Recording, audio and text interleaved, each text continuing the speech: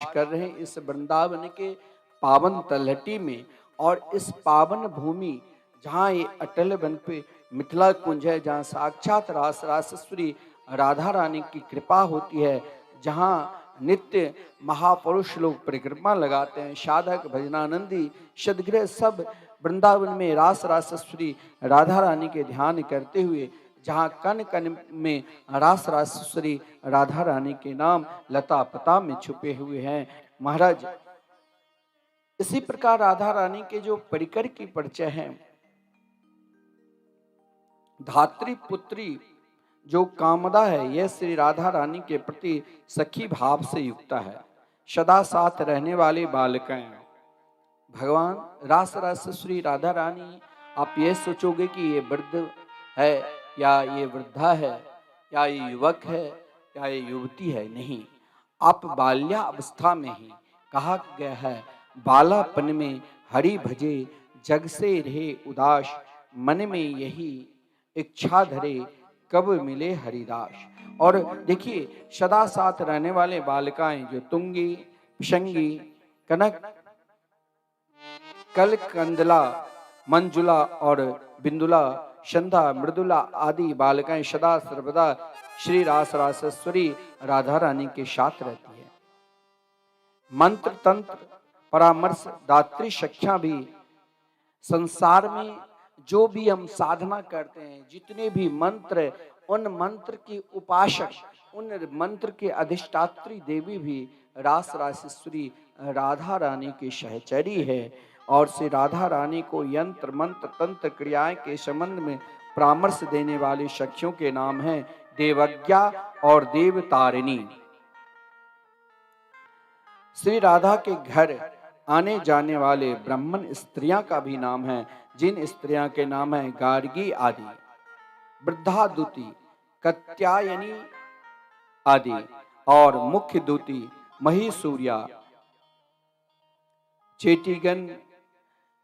मैंने कहा कि वृंदावन में यदि चीटी भी वास करते हैं तो रासेश्वरी राधा रानी की कृपा से ही, क्योंकि चेटीगण बांधा काम करने वाली दासिकाएं जैसे भिंगिरिका आदि कन्याएं जो श्री राधा रानी की सेवा में नियुक्ति रहती है, ये सुंदर सुरभित कुसुमों एवं पद्मों का संचयन करके प्रतिदिन प्रातःकाल श्री राधा रानी को भेंट करती है।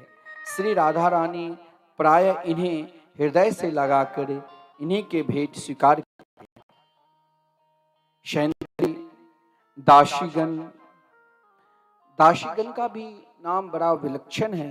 राग लेखा, कला केली, मंजुला, भूरिदा आदि इनकी दास्य हैं। गृह नापित कन्याएं भी श्री राधा रानी के उबटन, अलकंत कान एवं केश विन्यासकी की सेवा सुगंधा एवं नलिनी नाम की दो नापित कन्याएं करती है।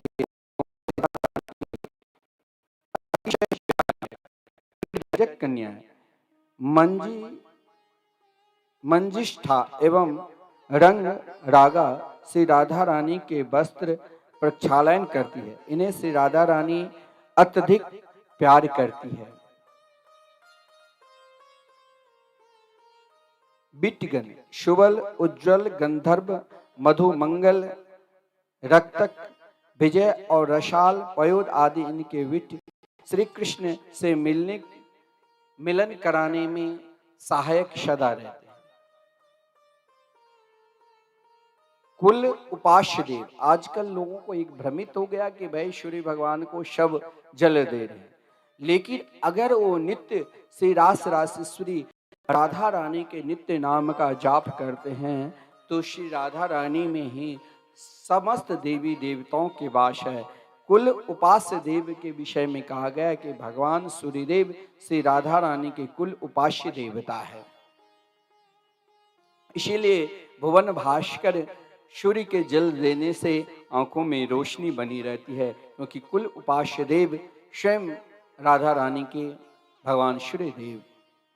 गायें, गायें का भी नाम है जो सबसे अधिक प्रिय गाय सुनंदा, यमुना, बहुला आदि इनकी प्रिय गाय हैं। गोवत्सा, तुंगी नाम की गोवत्सा श्री रास रासेश्वरी राधा रानी के अत्यंत प्रिय हैं। हरिणी, हरिणी भी जो रास रासेश्वरी राधा रानी जब वन में उपवन में विचरण करती थी तो उनके पीछे पीछे हरिणी, जिसकी नाम है रंगिनी, चकोरी यानी चारों चंद्रिका, हंसनी, अनेक जो चर जो भी प्राणी हैं, अगर श्रीधाम वृंदावन में जो भी निवास कर रहे हैं वो रास रासेश्वरी राधा रानी के प्रिय हैं। चाहे हंसनी हो, चाहे सारिक हो, चाहे मयूरी हो और वृद्धा मटकी हो, आभूषण श्री राधा रानी के निम्न आभूषणों के उल्लेख भी मिलता है। इनके अतिरिक्त अनेक भांति भांति के आभूषण उनके प्रयोग में आते हैं। जैसे लिखा है तिलक, स्मरयंत्र, हार, हरि मनोहर,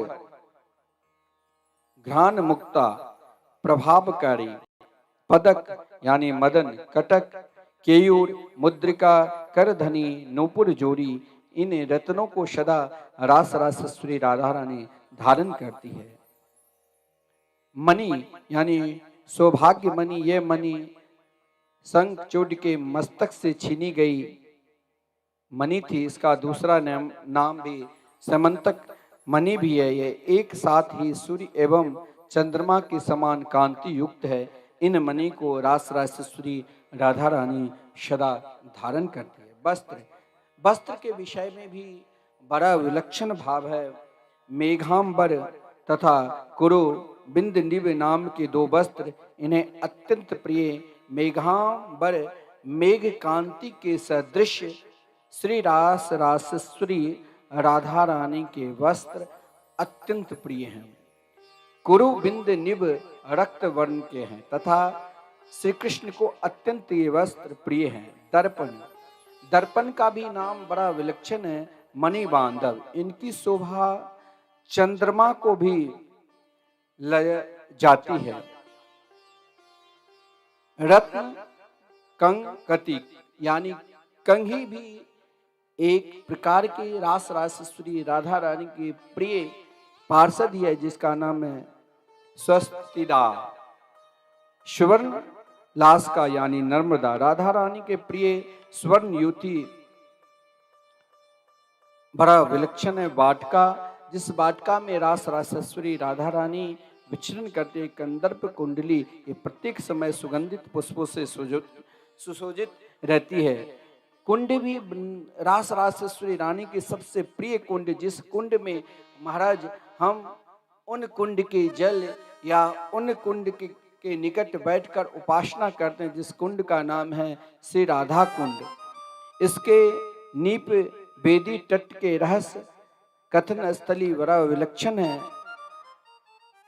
यहाँ राग का भी वर्णन है, जिस राग में रास रासेश्वरी राधा रानी जैसे मल्लार और धनाश्री श्री राधा रानी के अत्यंत प्रिय राग रागनियां हैं। बीना, श्री राधा रानी की सर्वोपरि वाद्य यंत्र में बीना है। श्री राधा रानी रुद्र बीना का नाम मधुमती है। नृत्य, श्री राधा रानी के प्रिय नृत्य का नाम छालिक्य है और रुद्र वल्की है नाम के नृत्य पटु सहचरी इन्हें अत्यंत प्रिय हैं।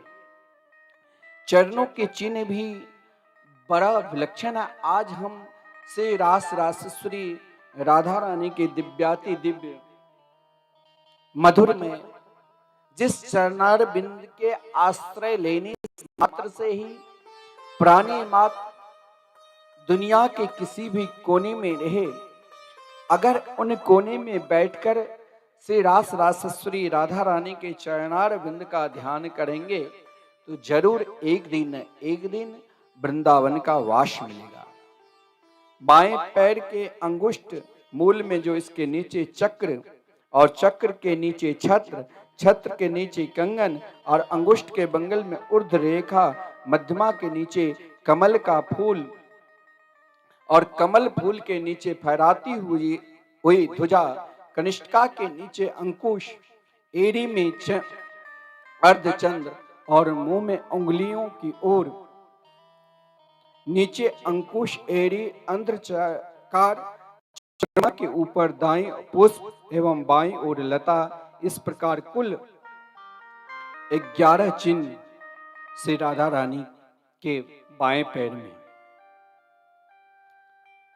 दाहिने पैर में भी बड़ा विलक्षण, आप कहीं भी रास राजेश्वरी राधा करिए, किसी भी अंग, दाहिने पैर के अंगूठे के नीचे शंख, अंगूठे के पार्श्व की 2 अंगुलियां के नीचे पर्वत, अंतिम 2 अंगुलियां के नीचे यज्ञ वेदी, शंख के नीचे गदा और यज्ञ वेदी के नीचे कुंडल, और कुंडल के नीचे जो शक्ति, और एरी में मत्स्य और मत्स्य के ऊपर मध्य भाग में रथ, इस प्रकार कुल 8 चिन्ह राधा रानी के बाएं पैर में। दाहिने हाथ और बाएं हाथ, हाथ से सदा रास राजेश्वरी राधा रानी आशीर्वाद देते हैं, तो बाएं हाथ में 3 रेखा हैं। 5 अंगुलियां के अग्रभाग में 5 नद्यावर्त, अनामिका के नीचे हाथी, ऊपर की 2 रेखाओं के बीच अनामिका के नीचे सीधे घोड़ा, और जिसके पैर अंगुलियां की ओर है उसके नीचे दूसरी और तीसरी रेखाओं के बीच वृषभ, और दूसरी रेखा के बगल में कनिष्ठिका के नीचे अंकुश, और अंगूठे के नीचे तारका पंखा, और हाथी और अंकुश के बीच में बैल का पैर, अंगूठे के सामने पंखे के बगल में बाण, और अंकुश के नीचे तोमर, और वृषभ के नीचे माला है। दाहिने हाथ में भी 3 रेखा वैसी है। अंगुलियों के अग्रभाग में 5 शंख, कनिष्ठिका के नीचे अंकुश, और तर्जनी के नीचे चमर, और हथेली के मध्य में महल, और इसके नीचे नगारा, और अंकुश के नीचे ब्रज, और महल के आसपास 2 छगरे, नागरे के नीचे धनुष, और धनुष के नीचे तलवार, अंगूठे के नीचे झाड़ी। इस प्रकार राधा रानी के दिव्याति दिव्य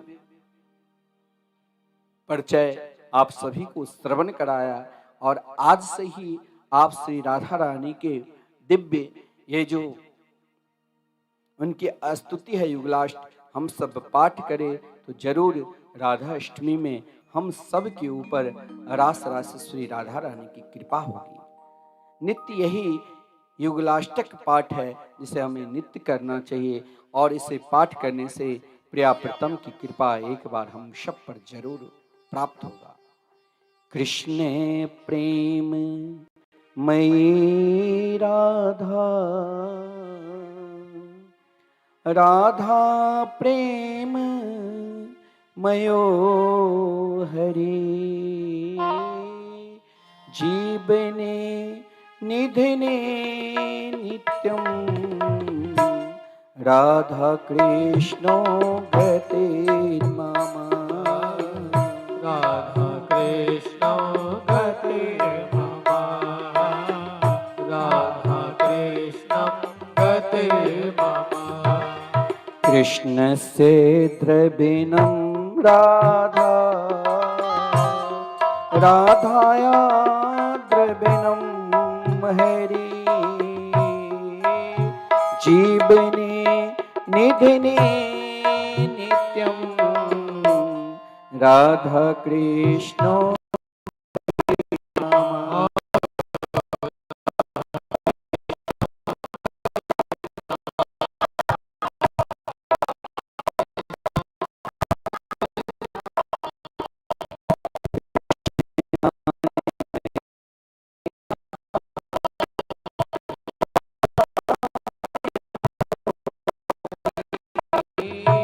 जीवने निधने नित्यं, राधा कृष्णो गतिर्मम, राधा कृष्णो गतिर्मम, राधा कृष्णो गतिर्मम। कृष्ण द्रव्यमयी राधा, राधा द्रव्यमयो हरि, जीवने निधने नित्यं, राधा कृष्णो गतिर्मम, राधा कृष्णो गतिर्मम, कृष्ण स्थिता राधा, राधा गृहे स्थितो हरि, जीवने निधिने नित्यं, राधा कृष्ण गते मम, राधा कृष्ण गते मम, राधा कृष्ण गते मम। कृष्ण चित्त स्थिता राधा, राधा चित्त स्थितो हरि, जीवने निधने नित्यं, राधा कृष्ण गते मम, राधा कृष्ण गते मम, राधा कृष्ण नीलांबरे धरा राधा, पीतांबरे धरो हरि, जीवने निधने नित्यं, राधा कृष्ण गते मम, राधा कृष्ण गते मम। वृंदावने स्वरी राधा, कृष्ण वृंदावनेश्वर, जीवने निधने नित्यं, राधा कृष्ण गते मम,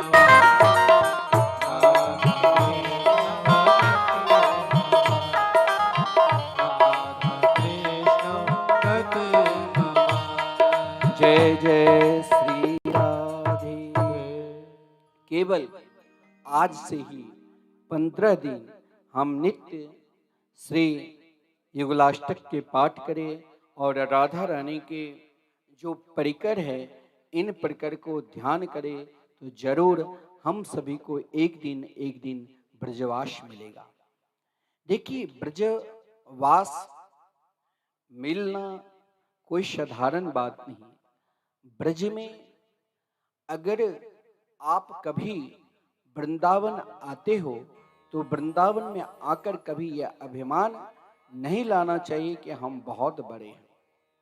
वृंदावन यदि आते हो तो स्वयं दीन बनकर आओ। जब तक हम दीन बनकर नहीं आएंगे तब तक दीन बंधु की कृपा नहीं होगी, रास रासेश्वरी राधा रानी की कृपा नहीं होगी। वैसे नित्य आप पूज्य गुरुदेव के द्वारा उनके वचनामृत का लाभ ले रहे हैं, जो नित्य हम सभी को केवल श्री धाम वृंदावन में आप चाहे आओ और नहीं आओ, लेकिन वृंदावन में जो नित्य निरंतर अखंड 30 वर्षों से संकीर्तन चल रहे हैं, इन संकीर्तन के लिए ऐसा नहीं है जो आज हम उतना विपन्न है, उतना गरीब है।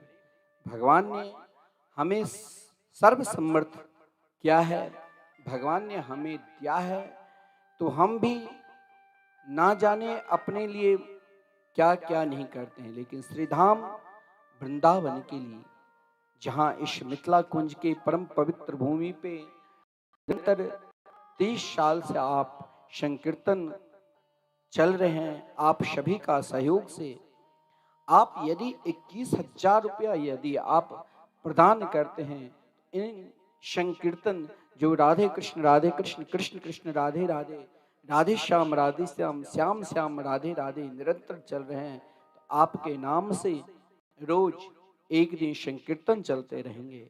और उन संत जो ब्रजवास कर रहे हैं, जो वयोवृद्ध संत है, उनके आपके नाम से एक दिन का भोजन चलता रहे। आप तो आपकी रहने के लिए 3 दिन का रहेगा। आप चाहे एक दिन का कीर्तन मात्र 1500 है, चाहे आप एक माह की कीर्तन मात्र 15,000 है, आप करा सकते हैं। यही तो एक वृंदावन के सर्वोपरि लाभ है कि आप घर में भी रहकर आज जो 30 साल से निरंतर संकीर्तन चल रहे हैं वो सब आपका ही सहयोग से। आजकल महाराज भागवत की कथा हम अपने पूर्वजों के कल्याण के लिए पाठ बैठाते हैं। हर व्यक्ति को ऐसा नहीं है सबके पास धन है, दौलत है, लेकिन महाराज उन धन का सदुपयोग करने के लिए पूज्य गुरुदेव का शब्द संकल्प है कि श्री धाम वृंदावन में एक श्रीमद् भागवत महापुराण का मंदिर बने। देखिए भागवत, जिस घर में भागवत है वहां भागवत साक्षात भगवान के मंदिर है। लेकिन 18,000 श्लोक जो आप पंडित जी के द्वारा, व्यास जी के द्वारा, किसी को ताकत नहीं है 18,000 श्लोक आपको एक साथ श्रवण करा दे, 7 दिन में भी महाराज कहीं न कहीं त्रुटि हो जाती है। परंतु यदि आप श्रीधाम वृंदावन के लिए मात्र एक ईंट भी 1100 का दान करेंगे उन भागवत मंदिर में, तो महाराज कभी न कभी इस संसार में प्राणी मात्र को मरना पड़ता ही है। यदि आप एक श्लोक का भी दान करते हैं, उन श्लोक मात्र 5100 है।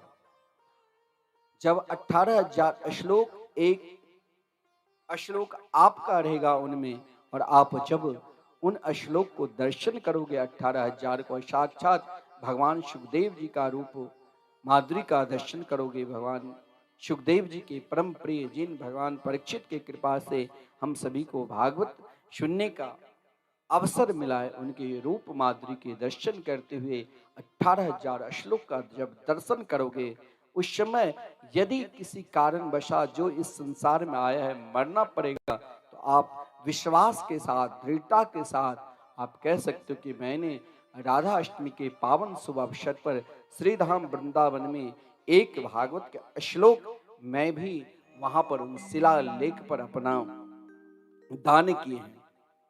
तो स्वर्ग कौन कहे, साक्षात गोलोक वृंदावन में सदा आप निवास करने का आपका अधिकार रहेगा। भागवत के प्रारंभ में भागवत की महात्म के वर्णन है।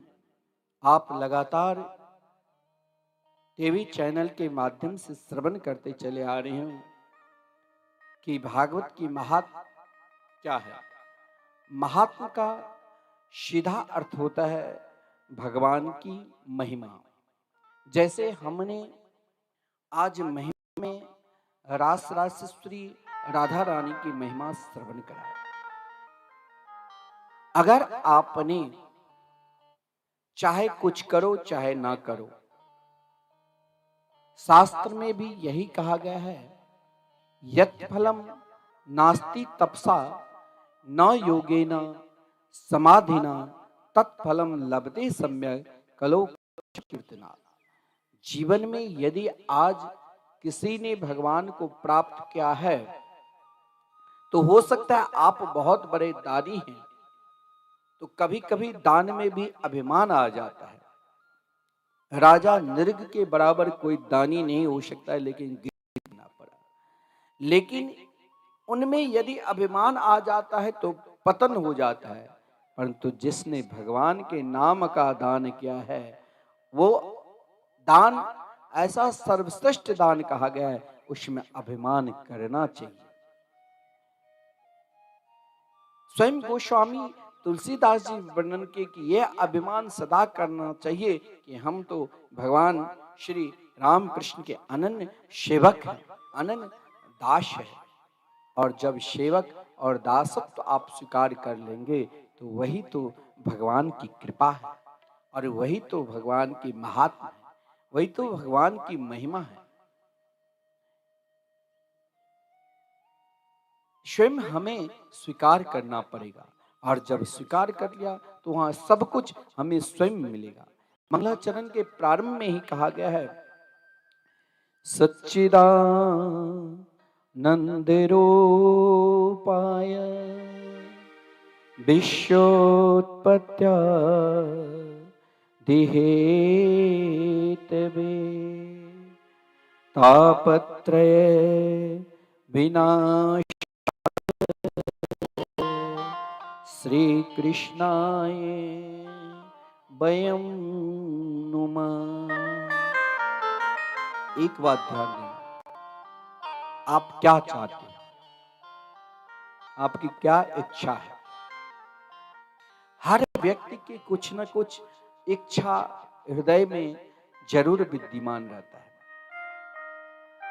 और सर्वोपरि इच्छा का अंत कहाँ है, जहां फिर इच्छा प्रकट ही ना हो, भगवान के चरणारविंद में।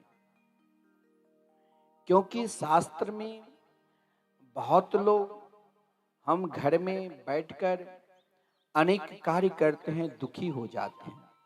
मैंने अनेक अपने कुंडली को भी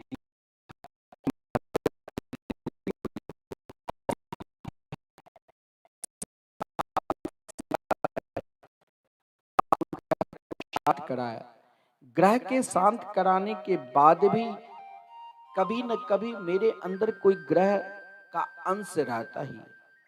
किसी ने कहा आपके ऊपर राहु की ग्रह है, किसी ने आपसे कह दिया आपके ऊपर केतु का ग्रह है। आप उन ग्रह को जब शांत नहीं होता है तो आप बोलते क्या कि भगवान की कृपा नहीं। लेकिन आप जिस दिन जन्म लिए, माता के गर्भ में जैसे 5 चीज ब्रह्मा जी ने पहले ही लिख दिया कि आयु कर्म वित्तं च विद्या निधन मेव च पंचेतानपि सृजन्ति गर्भस्तस्यैव देहिना।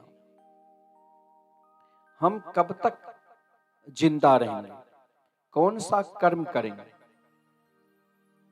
कितना धन अर्जित हम करेंगे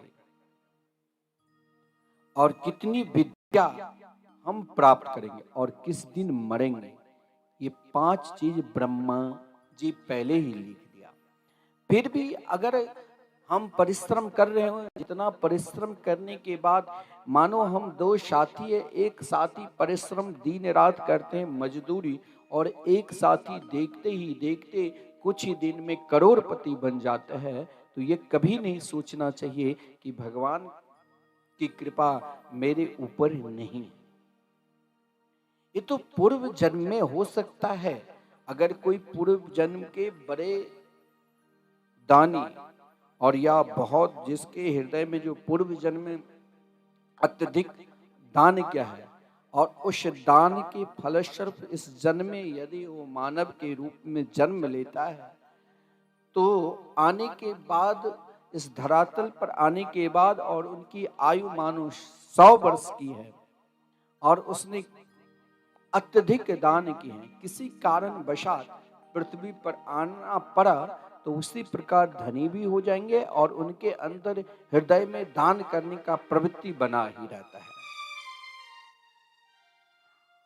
चाहे वो आपके मित्र है, चाहे वो आपके सखा है, चाहे वो आपके दोस्त है, लेकिन कभी ये नहीं सोचना चाहिए देखते ही देखते इतने बड़े क्यों हो गए। या हो सकता है आपके सामने मान लो कोई गांव में बहुत बड़े, भाई ये कल तक इनको कोई जानता नहीं था, आज पूरी दुनिया जानने लग गए, कारण क्या है। ऐसा नहीं कि आप टीवी चैनल के माध्यम से उनका नाम हुआ तो बहुत बड़े हो गए, नहीं, तो पूर्व जन्म के कोई महापुरुष होंगे। क्योंकि भागवत में वर्णन है एक जगह कि ध्रुव जी को 6 ही महीने में भगवान क्यों मिला। 6 महीने में भगवान ध्रुव जी को इसलिए मिला कि पूर्व जन्म में ध्रुव एक ऋषि के आश्रम में रहकर भगवत भजन करते थे। और आश्रम में, जैसे आश्रम है मिथिला कुंज, जहां निरंतर भगवान की कथा चलती रहती है, जहां निरंतर सत्संग चलते रहते हैं, छोटा बड़ा जो भी सत्संग भवन है, उन सत्संग में निरंतर भगवान के जैसे नाम रूप लीला धाम वृंदावन में 4 चीज सदा नित्य है, उसी प्रकार मिथिला कुंज में 4 चीज आते ही आपको नित्य मिलेंगे। नित्य अगर मंदिर में प्रवेश करोगे तो अखंड नाम संकीर्तन नित्य सुनाई देगा। चाहे आप भजन करो ना करो, लेकिन आपके कान में युगल नाम महामंत्र का संकीर्तन सदा सुनाई देंगे। रूप ठाकुर श्री राधा मोहन बिहारी की दिव्याति दिव्य रूप माधुरी है, जो अलौकिक की रूप माधुरी, जो स्वयं जिनकी कृपा सदा बरसती रहती है, जिनकी अलौकिक रास रासेश्वरी राधा रानी कैसे रूप माधुरी है, जो वहाँ 10 मिनट आप बैठकर नाम जाप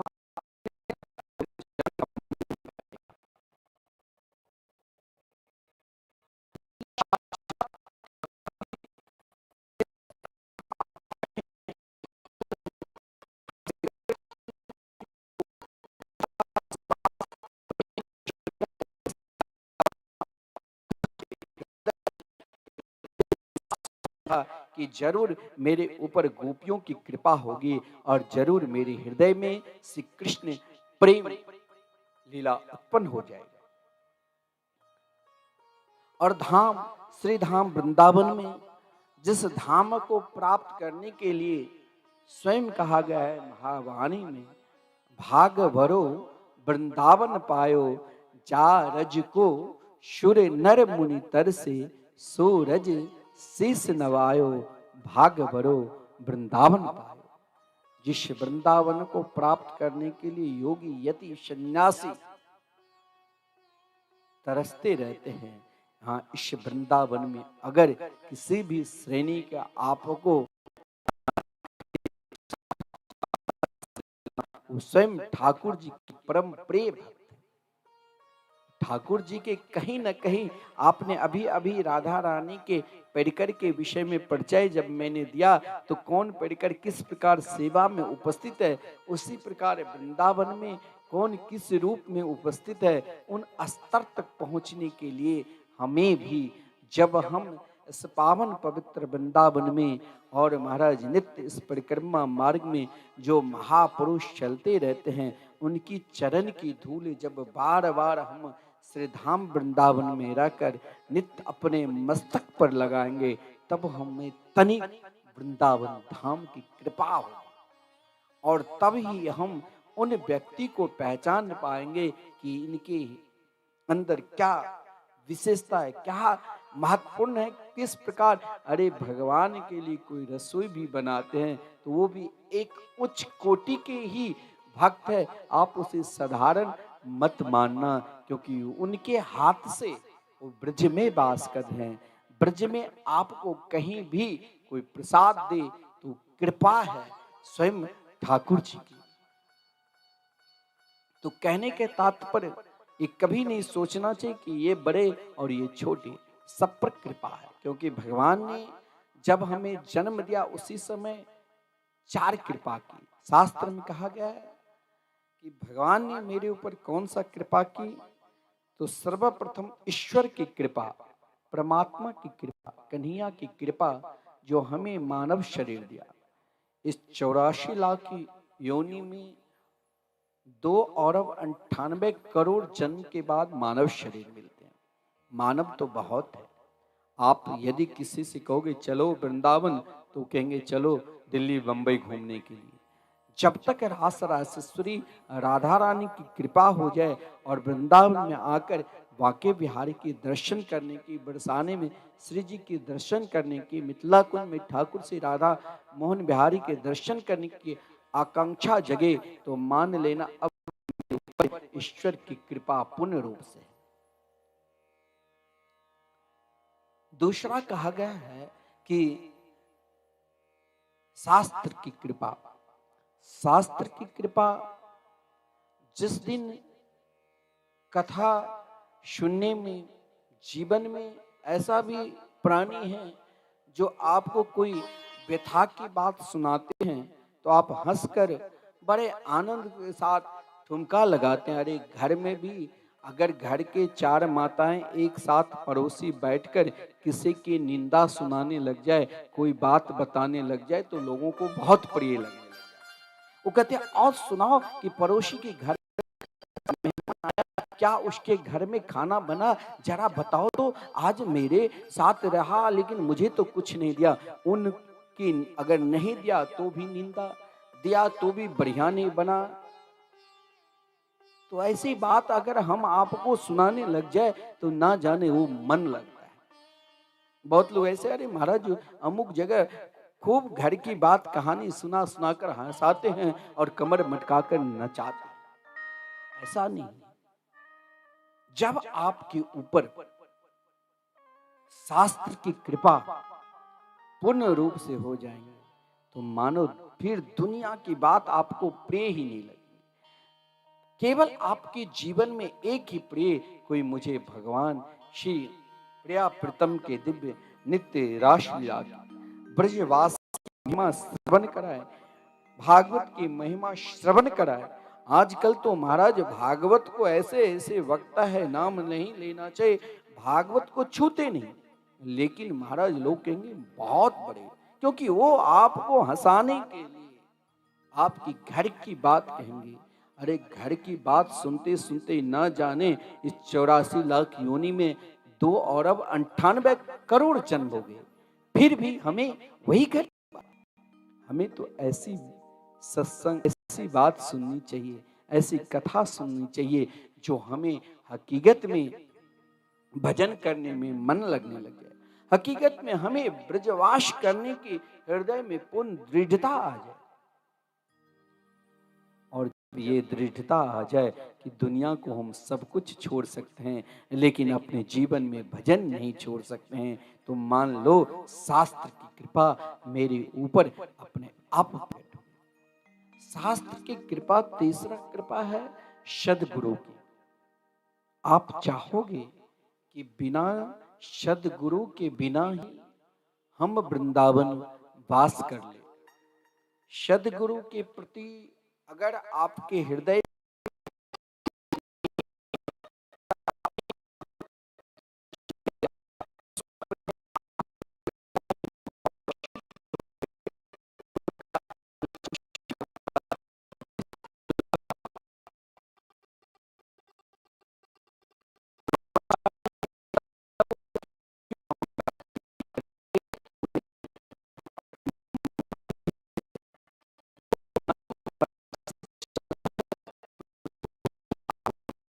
सब कुछ के बाद अगर आपके हृदय में सद्गुरु की ऊपर निष्ठा नहीं है, सद्गुरु के एक एक वाणी पर विश्वास नहीं है, ठीक है हमारे गुरुदेव तो रोज हमें कथा श्रवण कराते हैं, सत्संग कराते हैं, अरे हम कभी सुन लेंगे, तो आपके ऊपर मानो अभी तक स्वयं आपके अंदर एक अभिमान है, देहाभिमान। लेकिन सद्गुरु की अगर कृपा हो जाए, सद्गुरु यदि हमें कृपा कर दे, तो मानो उनकी कृपा की बदौलत, उनकी कृपा से ही मेरे ऊपर आत्म कृपा हो। और आत्म कृपा जब हो जाए, चौथा ये है आत्म कृपा।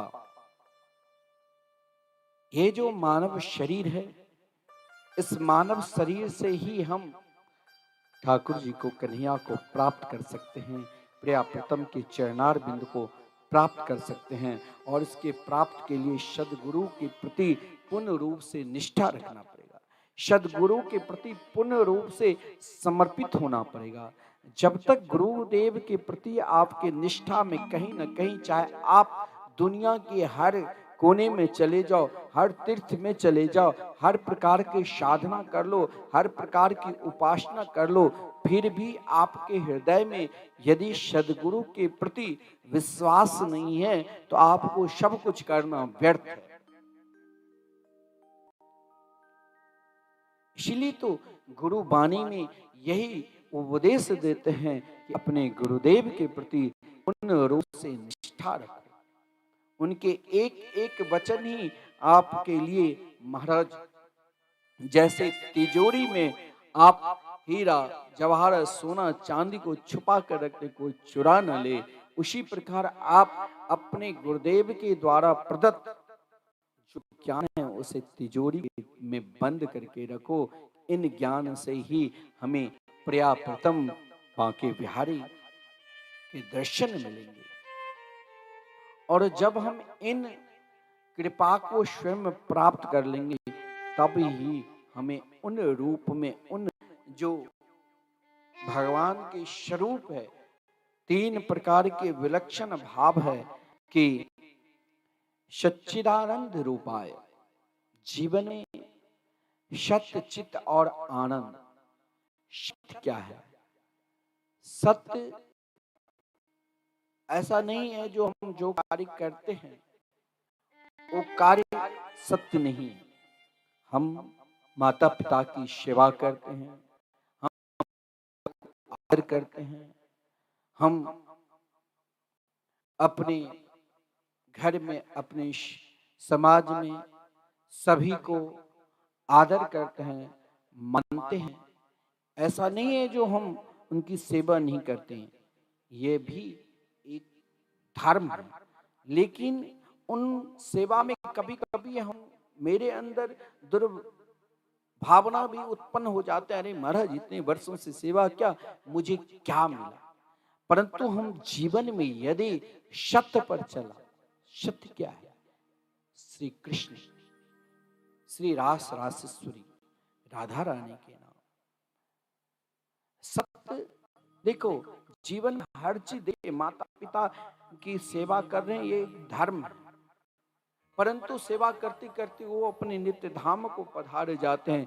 परंतु भगवान के नाम, उनकी नाम के चरणार बिंद के आश्रित यदि हमने ले लिया, निरंतर इस मिथिला कुंज के परम पवित्र भूमि पर अखंड संकीर्तन, देखिए कहना और करना में बहुत, करने में बहुत अंतर है। आप 24 घंटे अगर घर में कीर्तन कराते हो तो बेचैन हो जाते हो। यहाँ लगातार 30 साल से चल रहे हैं और मैं आपको दावा के साथ कह रहा हूँ, यदि आपने इन कीर्तन में अपना एक दिन का भी योगदान दे दिया तो यही तो सत्य है। इन सत्य को आप पहचानो, ये कभी नष्ट नहीं होगा, क्योंकि सत्य थे, सत्य है और सत्य ही रहेंगे। सत्य ही तो भगवान के नाम है, जिसे हम सच्चिदानंद शतघन बोलते हैं। चित्त जीवन में यदि हमने कहीं ऐसा भी, देखिए गांव में नाचने वाले आते हैं, नाचने वाले गांव के लोग, कुछ बड़े नए युवक या युवा पीढ़ी लोग आजकल गांव में बड़ी, हर जगह नवरात्रि बंगाल में, बिहार में बड़े धूमधाम के साथ लोग मनाते हैं। अब तो हर जगह मनाने लग गए, लेकिन गांव में लाते हैं नाचने वाले, नचनिया। वो नचनिया जब आती है तो महाराज लाखों लाखों रुपया एक दिन में ले जाएंगे। उसके लिए महाराज लोग रुपया की गड्डी उसके ऊपर लुटाते रहते हैं, खूब लुटा दिया। लेकिन वहीं पर आपके पास यदि कोई गया, कहा कि भाई वहां कथा हो रही है, भगवान की सत्संग, वो बोले भाई वहां हमें तो कुछ नहीं मिलेगा, यहाँ तो हम सब नाचते हैं गाते हैं। लेकिन एक बात ध्यान देना, अगर उस गाने में आप जाते हो तो महाराज शराब पीकर, तो कोई महाराज नशा लेकर, और वो नाचते हैं, उनके साथ गाते हैं। परंतु आप कभी सत्संग में जाओगे तो क्या आप लेकर जाओगे? वहां एक क्षण के लिए आपके हृदय में प्रसन्नता हुई, लेकिन यहाँ कहा गया सत्य चित्त, यहाँ जीवन पर्यंत आपके हृदय में प्रसन्नता होगी जब आप उन चित्त स्वरूप परमात्मा के चित्त स्वरूप में समर्पित हो जाते हैं। गोस्वामी तुलसीदास जी ने इस भावों को बड़ा विलक्षण भाव दिया है। जगत प्रकाशक प्रकाशक राम, जिन परमात्मा की कृपा से समस्त ब्रह्मांड प्रकाश है। जब आप अपने चित्त में उन परमात्मा को बैठा लोगे और उन परमात्मा के लिए स्वयं समर्पित कर दोगे, चाहे आप एक दिन एक संत को भी जिस दिन भोजन करा देते हो, उस दिन आपके हृदय में क्या प्रसन्नता होती है। चाहे एक संत को भोजन कराओ, चाहे 5 संत को भोजन कराओ, चाहे आपके जिस प्रकार सामर्थ्य है। साल में महाराज हर व्यक्ति को महीना में एक न एक दिन भोजन कराना चाहिए, विप्र को, संत को, लेकिन कम से कम 12 तो जरूर साल में। परंतु आपके पास नहीं समय है, तब आप दान देकर उन संतों को भोजन कराओ, जिन संतों के भोजन कराकर आपका कल्याण होगा।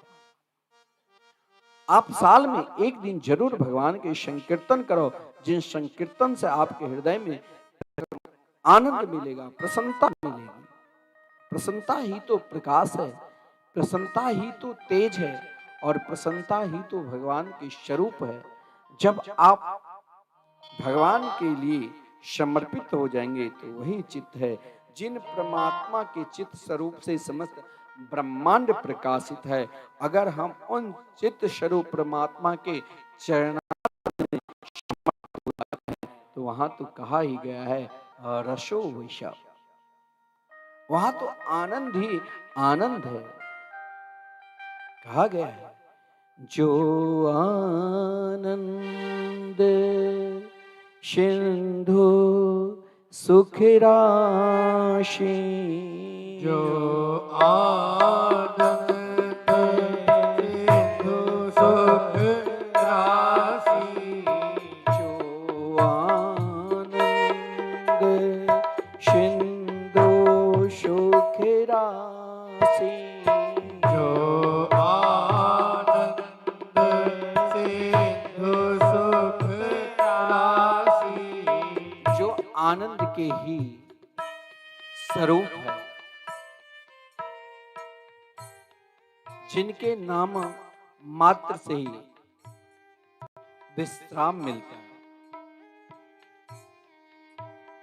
सो सुख धाम राम ऐसे नाम, जो सुख धाम राम हरे रामा, सो सुख धाम राम ऐसे नामा, जो सुख धाम राम हरे रामा,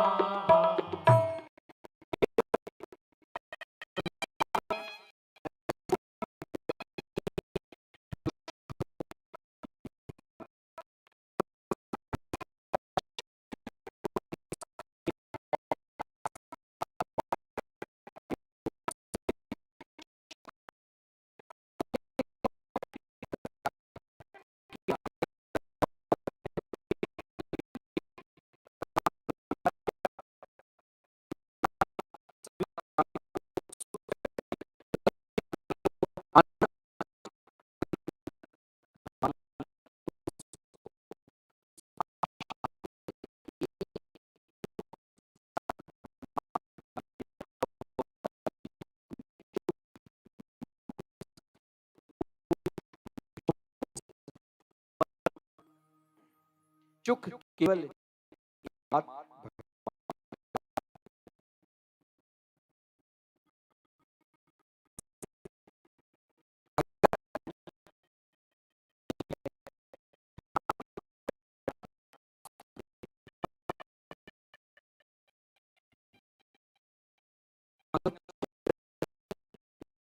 भाव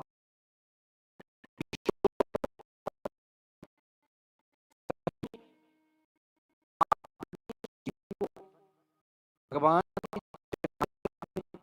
समर्पित कर दिए हैं ना, तो मैं विश्वास के साथ कहता हूं, फिर आप छोड़ दो उन पे।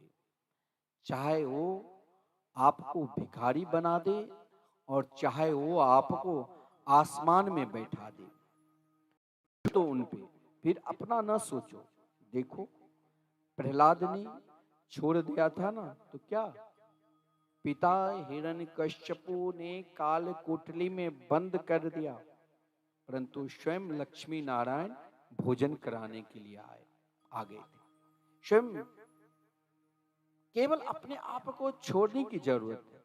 छोड़ दो उन पे, सब भार दे दो, अपने आप को छोड़ दो। हाँ, छोड़ो ऐसा नहीं, अगर उन छोड़ने में कहीं ना कहीं अपना आश्रय ले लिया, किसी का भी आश्रय, चाहे पति का, चाहे पत्नी का, चाहे लड़के बच्चे का, चाहे सगे संबंधी का, तो ठीक है। आपने और आप भगवान को पुकार रहे हैं, तो भगवान का पहले उन आश्रय में आपको वहां क्या मिलता है, क्या धन दौलत मिल रहा है और या क्या मिल रहा है, पहले वहां तक तो जाओ।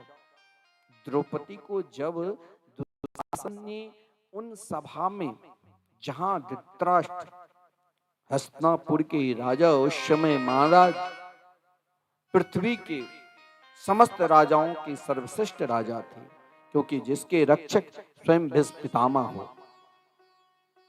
जहां भीष्म पितामह जैसे श्रेष्ठ बलशाली, जैसे जहां द्रोणाचार्य जी जैसे परम ज्ञानी, जहां धर्म के एक एक प्रतीक पांचों पांडव, द्रौपदी के अंदर विश्वास था कि द्रोण स्वयं धृतराष्ट्र इस प्रकार हमें नहीं होने देंगे। धृतराष्ट्र को भी हाथ जोड़ लिया। भगवान देख रहे हैं कि द्रौपदी कोई सहारा देने वाले नहीं। धृतराष्ट्र को भी प्रार्थना कर ली, द्रोणाचार्य जी को भी प्रार्थना कर लिया, भीष्म पितामह को भी प्रार्थना कर लिया, और महाराज वहां पांचों पांडव भी स्वयं द्यूत में हार गए थे, तो सिर झुकाकर उनसे भी प्रार्थना कर लिया। लेकिन देखा कि जब तक महाराज कोई आश्रय ही नहीं है, केवल एकमात्र जीवन में आश्रय करना है, तो भगवान के चरणार बिंद का आश्रय करो, भगवान के निकट जाओ, उनके चरणार बिंद में समर्पित हो जाओ। तो क्या आश्रय, क्या श्री कृष्ण के चरणार बिंद। और जब श्री कृष्ण के चरणार बिंद का आश्रय किया, तो मालूम है हम लोगों के अंदर एक कमी है, हम लोगों के अंदर वो कमी है जिस कमी के कारण हम स्वयं को, अपने आप को भूल जाते हैं। ऐसा नहीं है जो हम भगवान के भजन नहीं कर रहे, ऐसा नहीं है जो हम दान नहीं दे रहे, दान देने के बाद भी मेरे अंदर ऐसा क्या कारण छुपा है जो हम, जैसे श्री धाम वृंदावन में मैंने आपसे कहा कि आप संकीर्तन में अपना सहयोग करो, दान दो।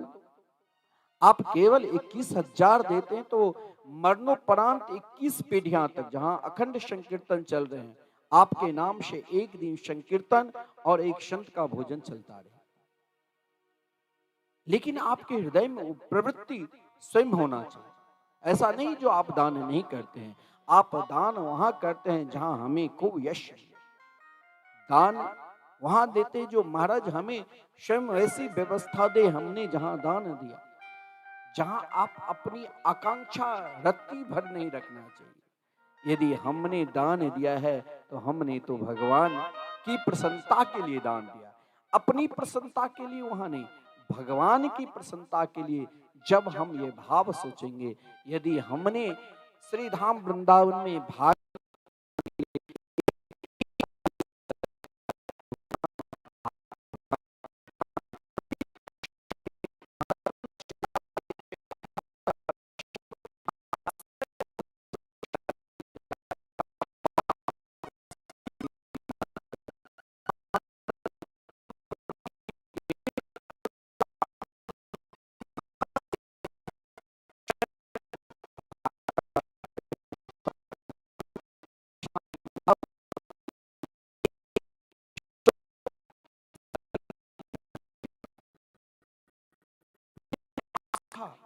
जीवन में सत्य पकड़ो, सत्य वही है भगवान का नाम।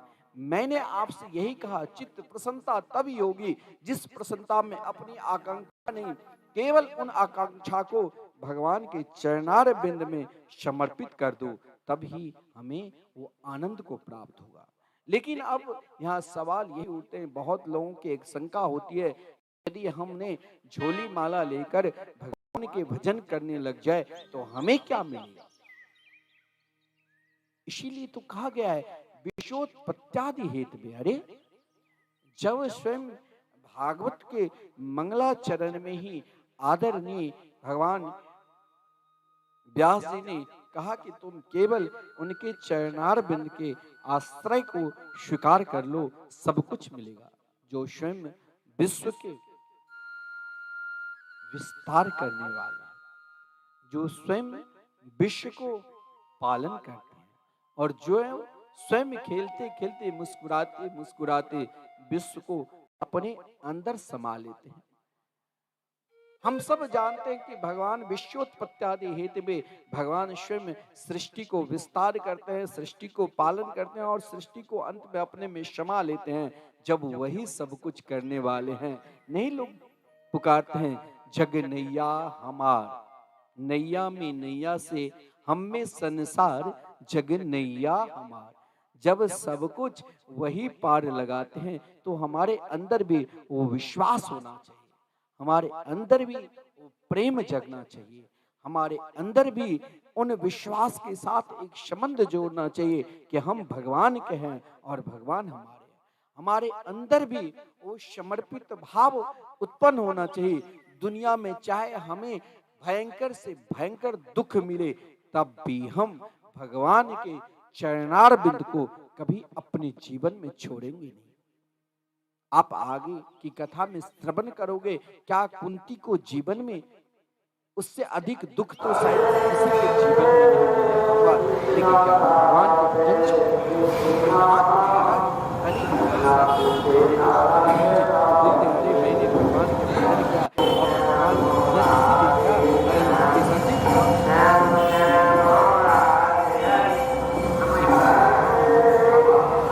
अरे उनके जीवन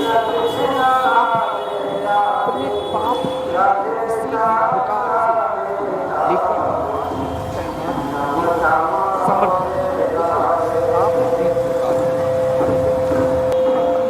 समर्पित आप एक प्रकार समस्त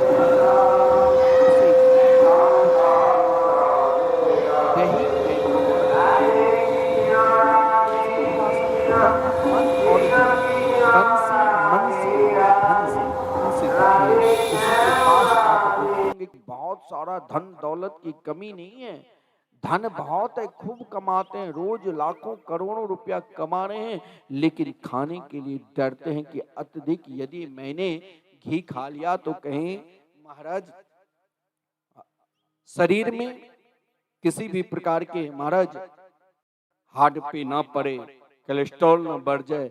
घी नहीं खाता है, सूखे रोटी।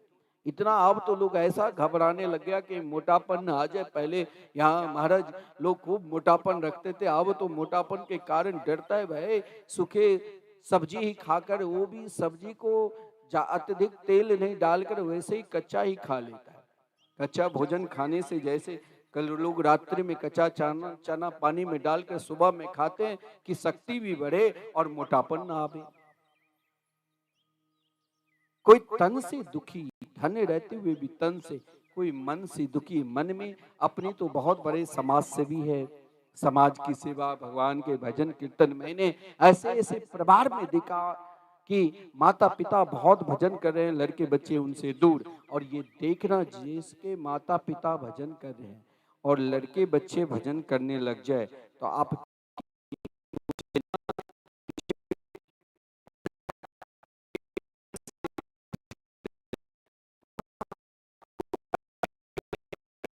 चार कृपा,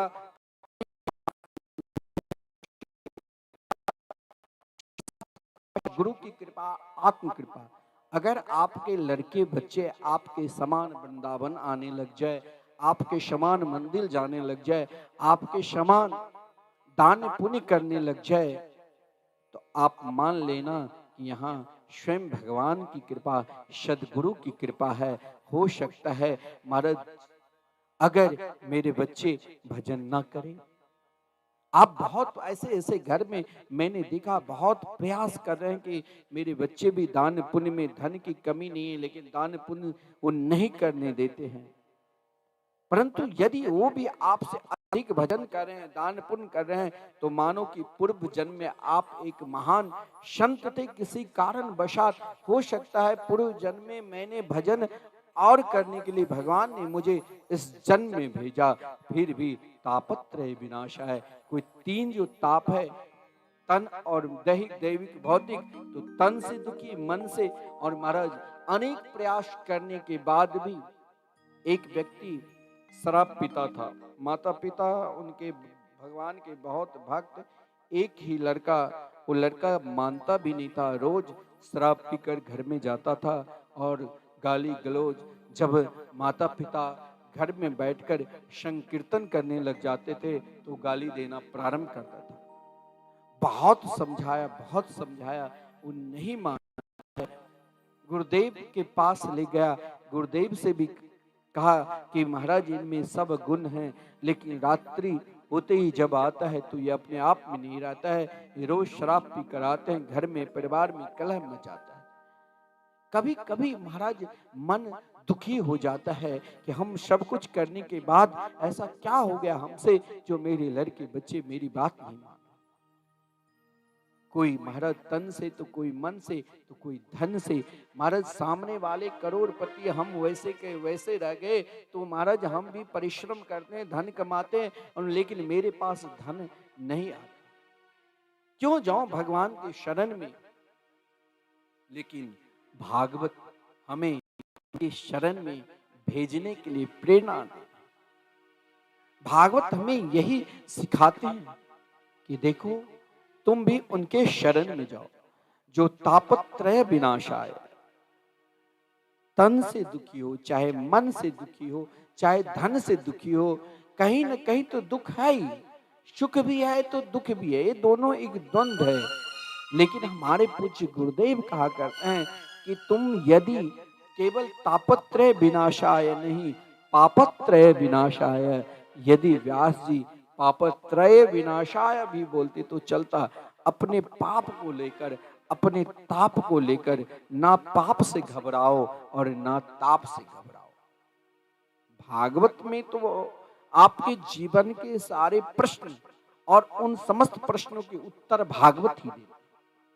जीवन में यदि कहीं अपने अंदर कुछ शंका हो, किसी प्रकार के प्रश्न हो, तो उसे छुपाओ नहीं, उसे सत्संग में ले जाकर स्वयं बार बार उन महापुरुषों की ऐसी कथा नहीं हमें सुनना चाहिए जो हमें हंसाने के लिए, जो हमें महाराज एक क्षण के लिए हमें सुख देने के लिए हमने ना लगा लिया, हमने खूब हंस लिया तो हमें महाराज हो गई, कथा सुन ली। कथा वहां सुनो जहां सदा के लिए आपके जीवन की व्यथा समाप्त कर दे और उन व्यथा को भी श्री कृष्ण के चरणार बिंद में समर्पित कर दे। अपने जीवन की ताप, अपने जीवन की पाप, इन दोनों ताप और पाप को एक साथ लेकर भगवान श्री कृष्ण के चरणार बिंद में समर्पित कर दो। श्री कृष्णाय वयम नुमा। इसी देखिए यहाँ केवल कृष्णाय वयम नहीं का, श्री कृष्णाय, श्री कृष्णाय वयम नुमा यानी श्री जी। जैसे आपने सुना श्री जी यानी रास रासेश्वरी राधा रानी की कृपा। बिना रास रासेश्वरी राधा रानी की कृपा के बिना श्री कृष्ण कृपा कभी जीवन में उत्पन्न भी हो जाए तो रास रासेश्वरी की कृपा अनिवार्य है। क्योंकि ताप और पाप, रास रासेश्वरी राधा रानी हम सभी के अंदर पाप नहीं देखते। इतनी दयालु है, इतनी कृपालु है, जो केवल आप दिन में 10 बार 20 बार 100 बार राधे राधे भी बोल दिया तो रास रासेश्वरी राधा रानी ने कृपा इस प्रकार हम सभी के ऊपर करते हैं कि अब ने इसने समस्त देवी देवताओं का नाम ले लिया। क्योंकि मैंने आपसे कहा कि मात्र श्री राधे यानी राधा नाम में ही सब कुछ बसा है भाई। अगर तुमने राधा राधा राधा राधा राधा बोल दिया तो तुम्हारा जीवन का बेड़ा पार हो जाए। फिर तुम, बहुत लोगों की प्रश्न होता है पूजा में मन नहीं लगता है, ध्यान में मन नहीं लगता है, हर व्यक्ति को धन चाहिए। मैं आपको एक मंत्र बता रहा हूं, जिस मंत्र के आश्रय आपने ले लिया और नित्य इस मंत्र का जाप केवल श्री राधा का आप जाप कर लो तो वृंदावन की प्रेम माधुरी लीला का भी आनंद प्रदान कर लोगे और संसार के समस्त सुख सुविधा भी आपको मिल जाएगी। राधा शब्द में 4 अक्षर है। रस शब्दस्तु ममावाची। प्राणी मात्र को लक्ष्मी चाहिए, चाहिए ना, हर व्यक्ति को लक्ष्मी चाहिए। अब लक्ष्मी की उपासना के लिए अनेक प्रकार के मंत्र है, अनेक प्रकार की सहस्त्रार्चन करना पड़ता है, पूजा करना पड़ता है, लेकिन चलते फिरते हंसते गाते किसी भी स्थिति में आपको लक्ष्मी चाहिए। अरे स्वयं राधा रानी के चरण रज को प्राप्त करने के लिए स्वयं लक्ष्मी ब्रज में वास करती है और उन ब्रज में वास करते करते बेल वन में प्रार्थना करती रहती है, हे रास रासेश्वरी, हे राधा रानी, मुझे भी आप अपने चरणार बिंद की किसी कोने में कहीं एक स्थान दे दीजिए, ताकि हम भी आपके उन नित्य लीला के, उन नित्य निकुंज लीला के दर्शन कहीं से करते रहूं। तो महाराज यहाँ केवल राधा रानी के नाम में रौ अक्षर जो है वो समस्त लक्ष्मी की पूजन हो जाता है। 8 प्रकार की लक्ष्मी की साधना करना, अष्ट सिद्धि नवनिधि को भी प्राप्त करना है, तो उन सभी को प्राप्त करने के लिए अनेक साधना करनी पड़ती है। लेकिन जिसने अपने हृदय में राधा नाम को बैठा लिया, वहाँ स्वयं अष्ट सिद्धि नवनिधि आगे पीछे चलने लग जाते हैं। ये राधा शब्द के र अक्षर है।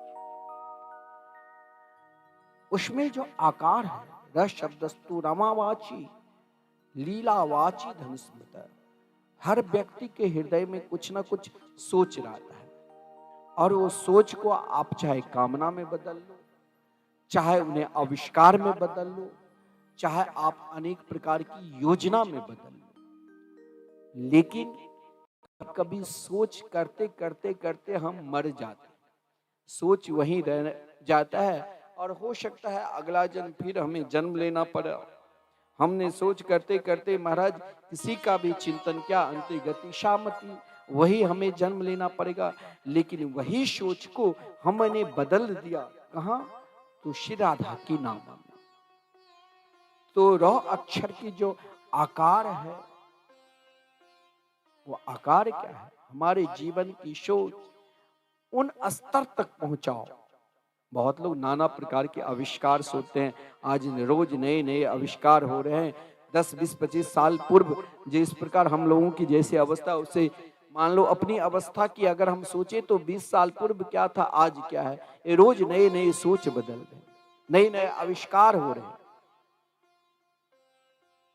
तो इन आविष्कार को, इन सोच को, महाराज मन की अनेक इच्छा को ना जाने 24 घंटे के अंदर हम क्या इच्छा प्रकट करते हैं, क्या सोचते हैं। अगर महाराज इनको भी पूर्ति करना है तो श्री राधा नाम, वो भी पूरा नाम नहीं, आधा र अक्षर में जो आकार अक्षर और धरावाची धस। देखिए यही तो कृपा है, रास श्री राधा रानी की कृपा।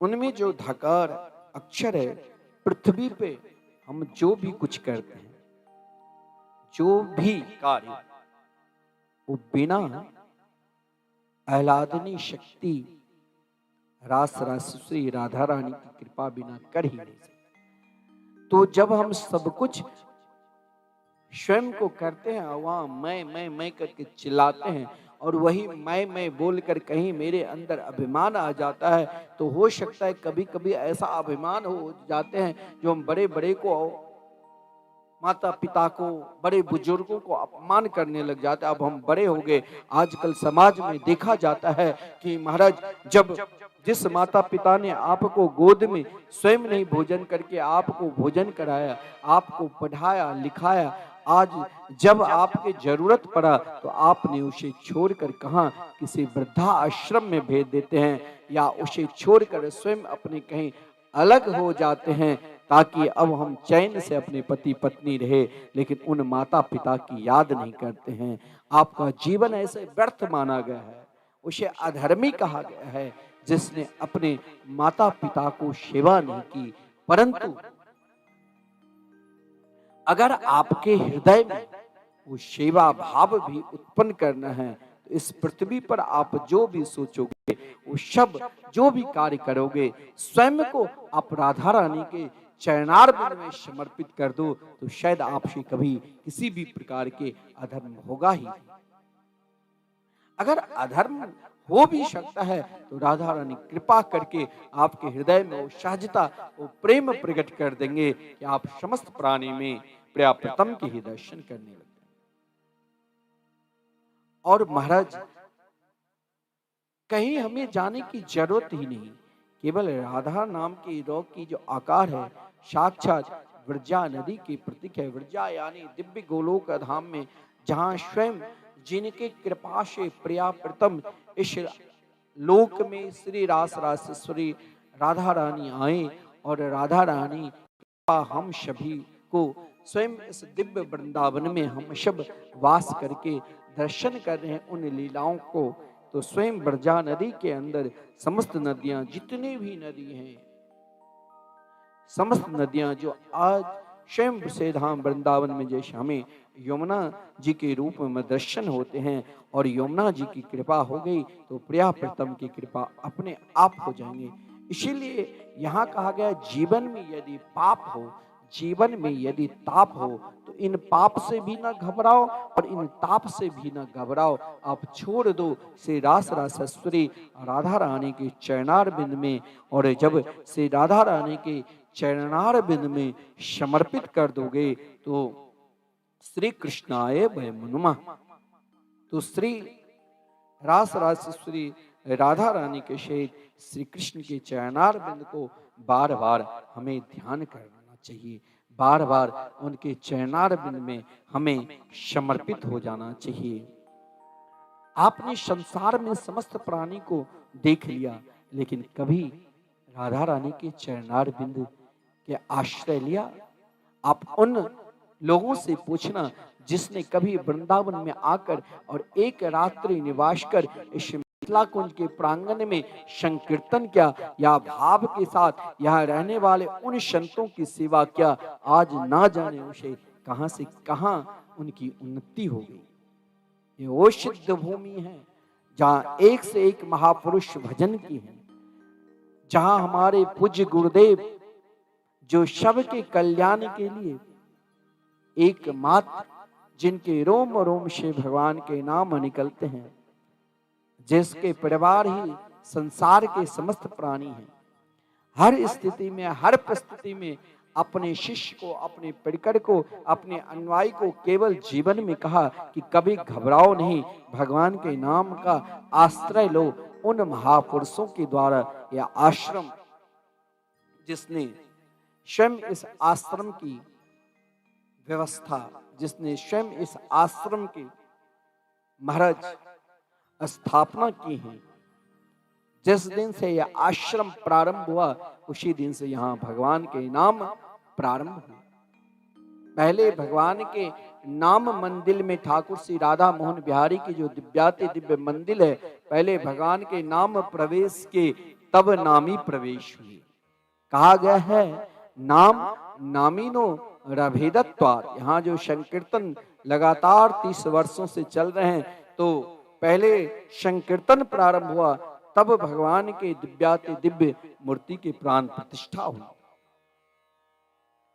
सदा जिसने अपने जीवन में भगवान के नाम के ही सर्वोपरि मानकर उन शिष्यों से यही उपदेश दिया, आज उन पूर्वांचल की भूमि पे जा जाकर गांव गांव में स्वयं भगवान के नाम की महिमा को गुणगान करके, चाहे कोई सम्मान करे चाहे कोई अपमान करे, उनके घर पर बैठकर संकीर्तन करो, नाम जाप करो।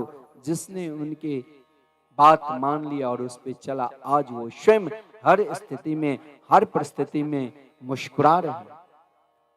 इस दिव्याति दिव्य परिक्रमा मार्ग में जहां नित्य साधु संत, जहां नित्य भगवान के परम रसिक संत, जहां नित्य वृंदावन वास करने वाले साधक लोग, चाहे वो सदगृहस्थ हो चाहे वो परम साधक हो, वृंदावन में सब नित्य भगवान के सखा प्रिय सखा है, जहाँ नित्य परिक्रमा लगाते, जहाँ भगवान के परम प्रिय मित्र उद्धव जी को वो आनंद और सुख मिला।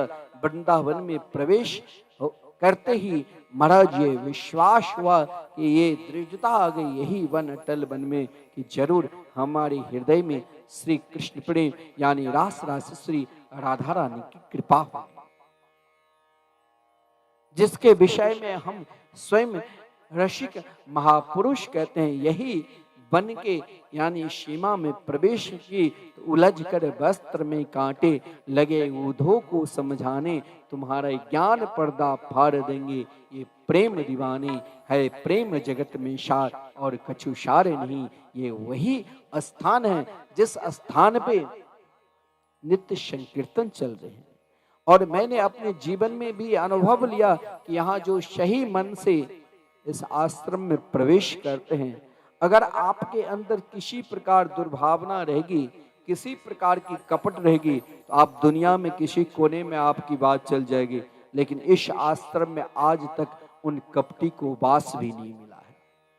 यहाँ निश्चल भाव से जो केवल भगवान के नाम पर विश्वास किया और ठाकुर जी के दर्शन करने के लिए नित्य दर्शन किए, तो मैंने देखा कि यहाँ सत्संग भवन में ऐसे ऐसे मूर्धन्य विद्वान कथा करने के लिए आए, लेकिन अगर आपके हृदय में उन भाव श्रेष्ठ है कि संतों के प्रति, संत महात्माओं के प्रति, जो वृंदावन में चाहे आप स्वयं को नहीं पहचान पाओगे कि संत कैसे हैं, अगर उनकी कृपा हो जाएगी तब ही आप पहचान पाओगे कि वो महापुरुष कैसे हैं। अगर आपके हृदय में संतों के प्रति प्रेम है, इस भूमि पर आइए, इस मिथिला कुंज सत्संग भवन में आप कथा करिए, तो स्वयं रास रासेश्वरी राधा रानी कृपा करके आपकी दुनिया के कोने कोने में नाम कर देंगे। क्योंकि यहाँ की जो संस्थापक है, यहाँ की जो स्वयं जिसने इस पीठ के स्थापना की है, हमारे पूज्य गुरुदेव, उसने अपने जीवन में कभी भी आज तक असत्य क्या होता है, कपट क्या होता है, जिसके रोम रोम से केवल भगवान के नाम निकलते हैं। और आज लाखों उन पूर्वांचल क्षेत्र में जहां व्यक्ति जा भी नहीं सकते हैं, परंतु महाराज जी गांव गांव में जाकर उन लोगों को प्रेरणा दिया कि भगवान के नाम से तुम जोड़ो। और आज उनके लाखों अनुयायी, जिसने कभी भगवान के नाम नहीं लिया, वृंदावन क्या उनके हृदय में वृंदावन के प्रति क्या कुछ भाव भी नहीं था, आज जो ये संकीर्तन 30 वर्ष से चल रहे हैं, उन गांव के लोगों ने अपना सहयोग दिया और तभी ये संकीर्तन चल रहे हैं। मैं भी आपको रोज चैनल के माध्यम से आपसे यही निवेदन कर रहा हूं कि इस भागवत भगवान के मंदिर में आप सहयोग करिए। एक श्लोक को कोई ज्यादा नहीं, मात्र 5100 है। और महाराज 21,000 आपने महाराज एक एक रुपये ही जमा करके कुछ दिन रख लिया, तो आपके नाम से 21 पीढ़ियां तक संकीर्तन चलता रहेगा, एक संत का भोजन होगा। क्या ये कोई ज्यादा है? और आप हो सकता है आप भजन ना करें, लेकिन आपके हृदय में 24 घंटे में एक बार ये भाव, जब तक आप जिंदा, ये भाव जरूर रहेगा कि हमने तो वृंदावन धाम में अपने नाम से संकीर्तन करा रहे, हमने तो वृंदावन में अपने नाम से एक संत को भोजन करा रहे। हो सकता है इसी कारण अगर हमारे अंत समय में वृंदावन शब्द ही निकल जाए, तो फिर वही जिस ब्रज रज को शुर नर मुनि तरसते हैं, जा रज को शुर नर मुनि तरसे, सो रज शीस नवायो, भाग वरो वृंदावन पायो। आप कितने बड़े सौभाग्यशाली हो जाएंगे कि आप नित्य वृंदावन, नित्य गोलोक धाम में प्रिया प्रीतम के नित्य लीला माधुरी के दर्शन करेंगे। केवल आपका एक छोटा सा सहयोग से एक दिन का संकीर्तन हो जाए और आपका आवास वो स्थान पर मिलेंगे जिसके लिए आप लाखों कल्पना भी करोगे, तब भी जरूर आप 24 घंटे में एक बार तो आप वृंदावन की याद ही करोगे, क्योंकि हमने तो वृंदावन में अपने नाम से संकीर्तन करा रहे हैं। ऐसे परम पूज्य महापुरुष के द्वारा इस संकीर्तन का संकल्प हुआ है और उनके ही संकल्प से ये भागवत भवन मंदिर बनेंगे। आप बहुत खर्चा करते हैं, बहुत दान पुण्य करते हैं, मानता हूं, लेकिन 5100 कोई अत्यधिक है। मात्र 18,000 श्लोक है। अगर हम 18,000 लोग भी समर्पित करेंगे भारतवर्ष में 130 करोड़, 130 करोड़ की जनसंख्या में क्या अत्यधिक है। ऐसा नहीं कि वृंदावन के प्रति हमारे हृदय में प्रेम नहीं है। घर घर में आज हम लोग राधे राधे गाते हैं। आपने तो दुनिया को बनकर देख लिया, एक बार वृंदावन को भी बनकर ठाकुर जी की लीला में भी सहयोग करके देख लो। कहा गया है, दुनिया बन करे देख लिया, श्यामा को बन कर देख जरा।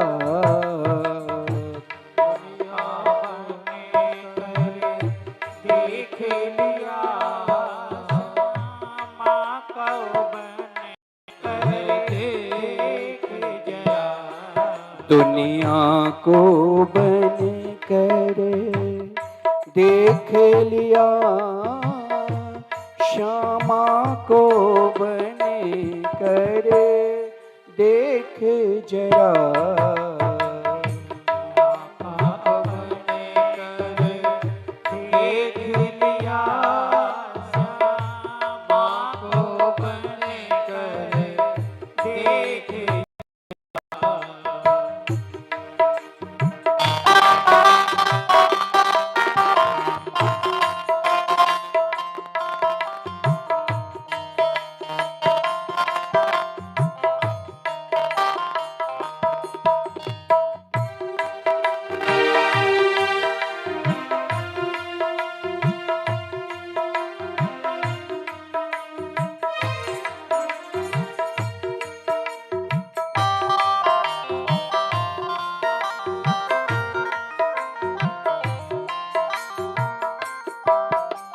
दुनिया को बन कर देख लिया, श्यामा को बन कर देख जरा।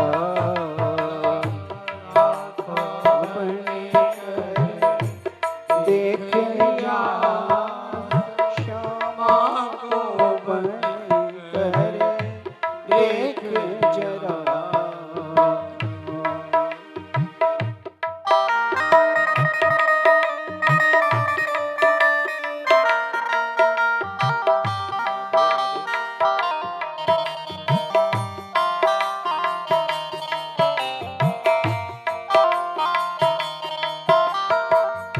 संसारी नहीं है रहने को यहाँ, दुख दुख ही है रहने को यहाँ। भर भर के प्याले अमृत के यहाँ रोज पिलाए जाते हैं।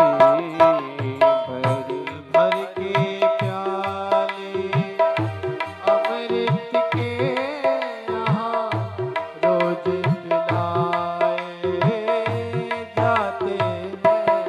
दुनिया को बन कर देख लिया, श्यामा को बन कर देख जरा। काली सेवा करते रहिए।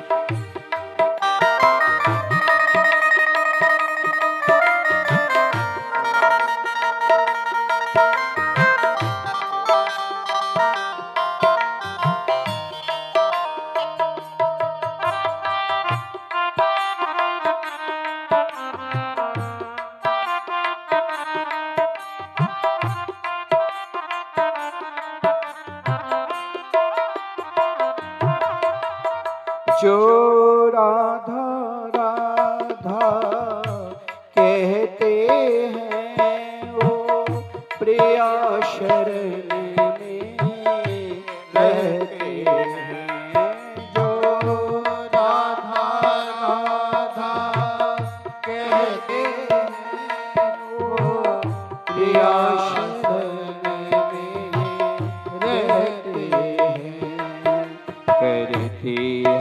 कृपा, करती है कृपा वृषभानु सुता, करती है कृपा वृषभानु सुता। ओ महल बुलाए जाते हैं, दुनिया को बने कर देख लिया, श्यामा को बने कर देख जरा, दुनिया को बने कर देख लिया, श्यामा को बने कर देख लिया। केवल बनने की जरूरत है, अगर हम एक बार उनके चरणार बिंद में समर्पित हो जाते हैं तो फिर कहीं और भटकने की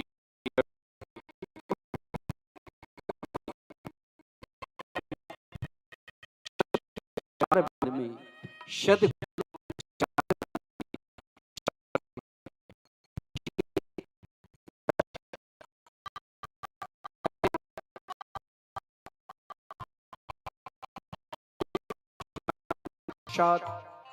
भगवान शिवदेव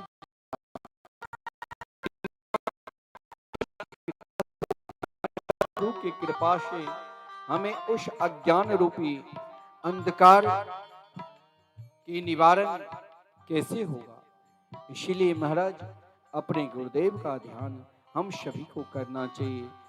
यम प्रभजंत मनुपेतमपेत कृत्यम, द्वेपायनो विरह कातर्या जुहाव, पुत्रेति तन्मयतया तर्वोऽभिनेदो, तं सर्वभूत हृदयं मुनिमानितोऽस्मि।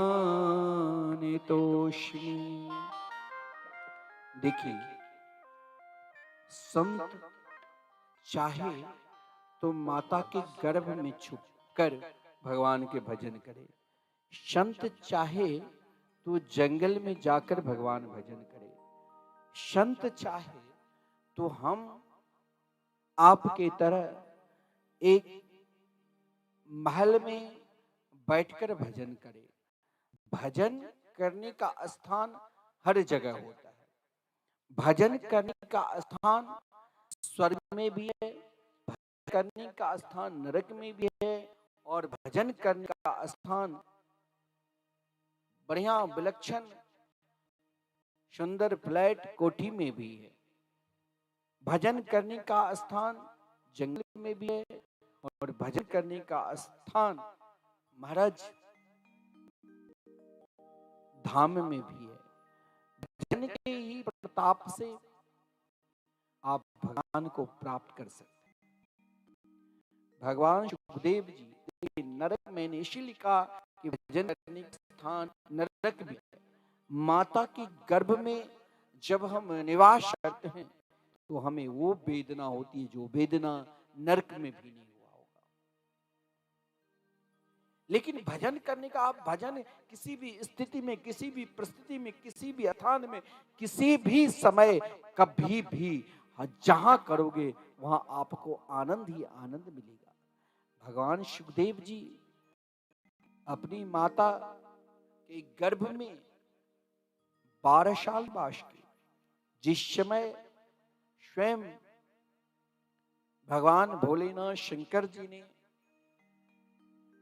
माता पार्वती को, क्योंकि माता पार्वती हर हमेशा जीवन में आकांक्षा, इच्छा, समस्त इच्छा की पूर्ति हो जाए, और चाहे इच्छा की पूर्ति, समस्त इच्छा की पूर्ति आज तक संसार में किसी के नहीं हुआ, लेकिन एक इच्छा हम सभी को हर पल हर क्षण रखना चाहिए कि भगवान की कथा, हरि कथा सदा हम श्रवण करें। ना कहीं स्थान मिले, आप स्वयं अपने आप में मनन करो, चिंतन करो, और हर हमेशा स्वयं भगवान के जिस लीला को, अरे भगवान के चरणार बंद के ही हर हमेशा चिंतन करो कि किस प्रकार उनके सुंदर दिव्याति दिव्य जिस चरणार बिंद के मैंने प्रारंभ में ही मंगलाचरण से पूर्व ही आपको रास रासेश्वरी की चरणार बिंद का वर्णन करके श्रवण कराए, बस उससे भी हमारा कल्याण होगा। स्वयं जिस समय देवर्षि नारद जीवन में कोई प्रेरणा अगर कोई देते हैं तो वो हमें संत की प्रेरणा से ही हमें भगवान की कथा सुनने में रुचि होती है, अन्यथा नहीं।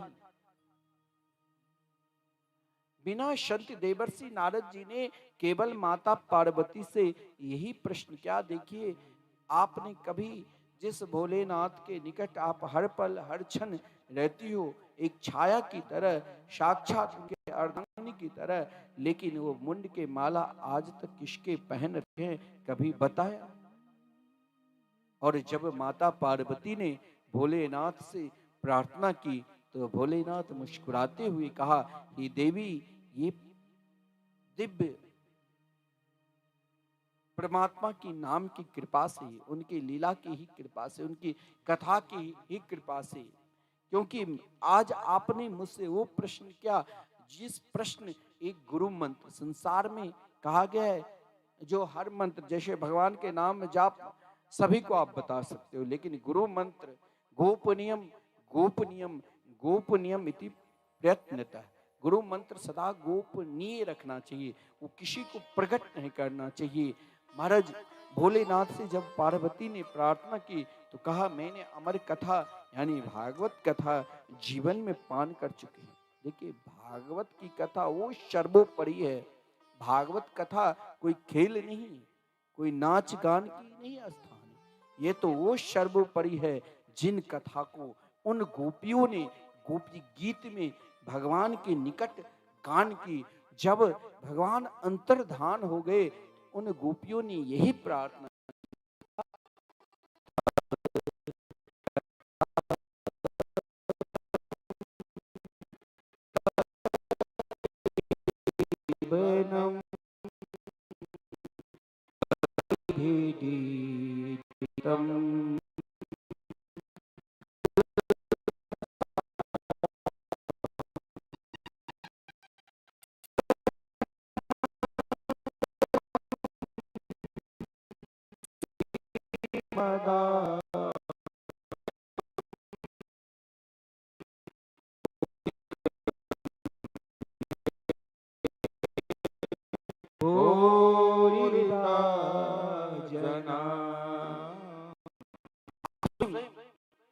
अब भगवान की कथा क्या है,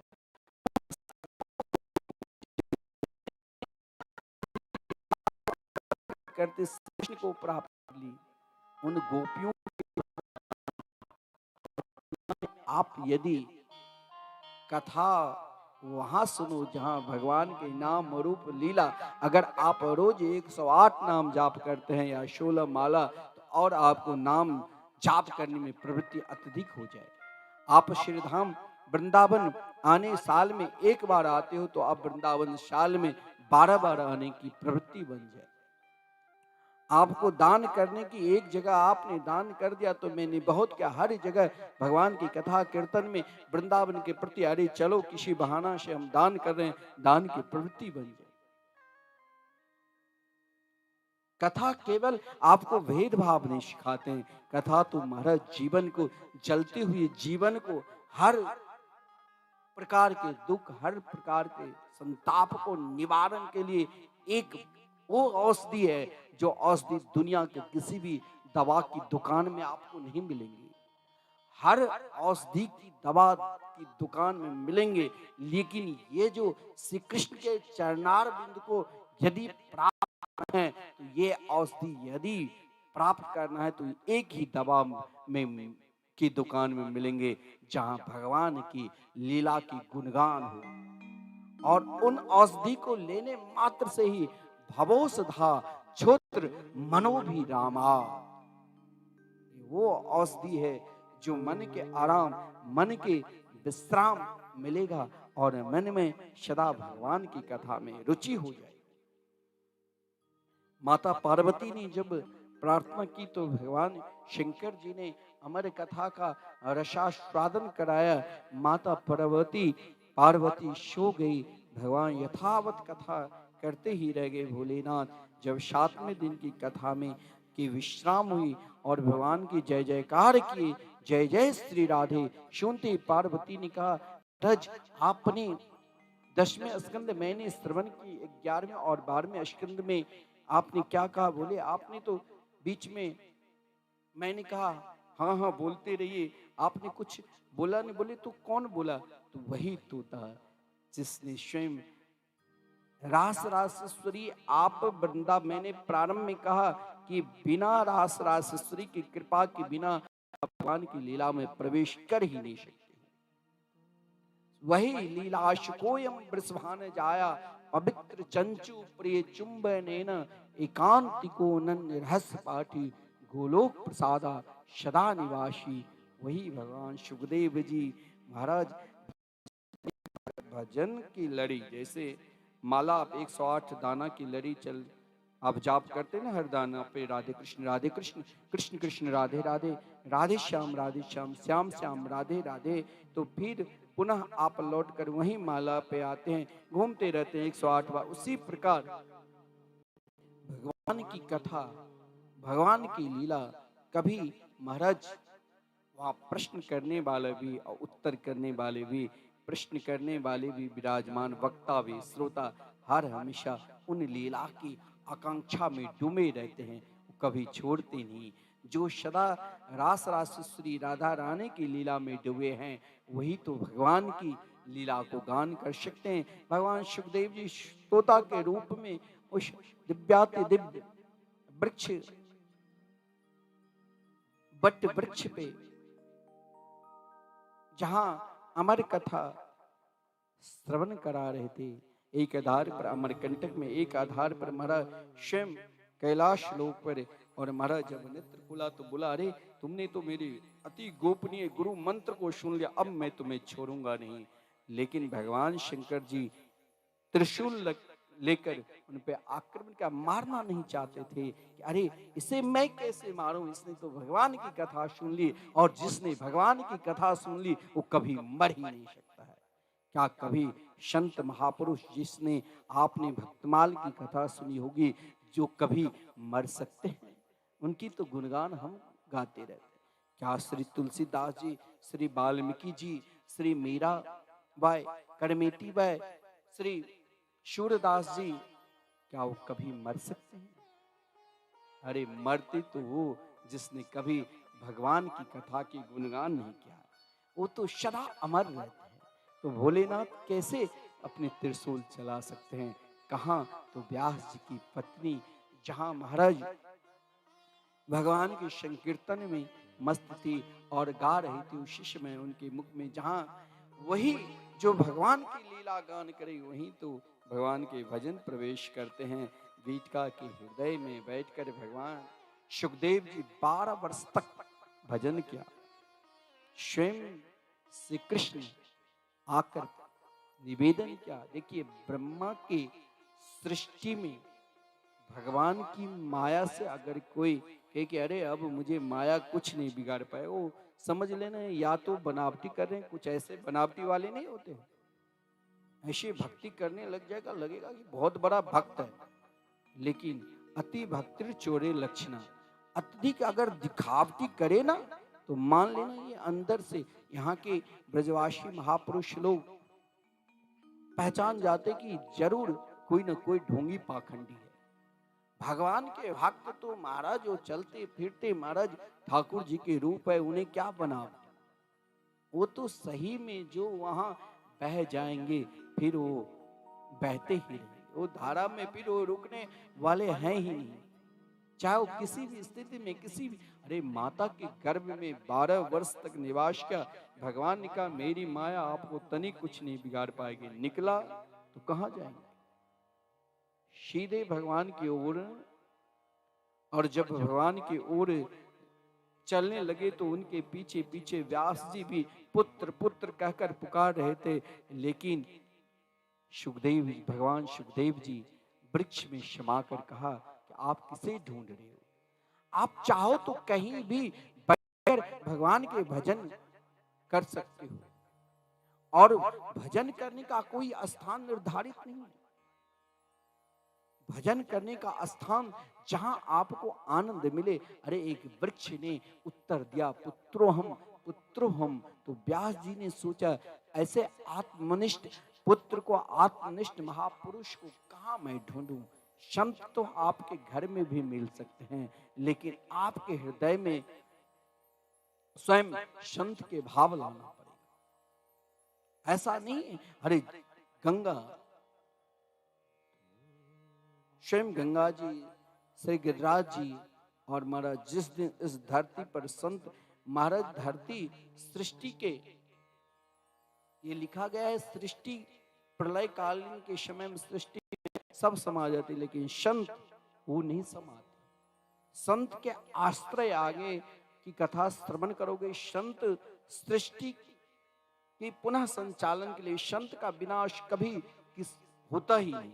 सप्त ऋषि को भगवान जब महाराज सत्यव्रत को मत्स्य पुराण में कथा है जो सुंदर उपदेश दिया, तो स्वयं भगवान जिस समय नौका को स्वयं मत्स्य का अवतार धारण कर भगवान विचरण कर रहे थे सृष्टि के प्रलय के समय, तो उस समय संत के आश्रय भगवान को लेना पड़ा। सप्तऋषि जिसने आज जिनकी कृपा से, जिन संत की कृपा से हम लोगों को औषधि के रूप में ये संसार के समस्त औषधि मिल रहे हैं, तो संत की कृपा।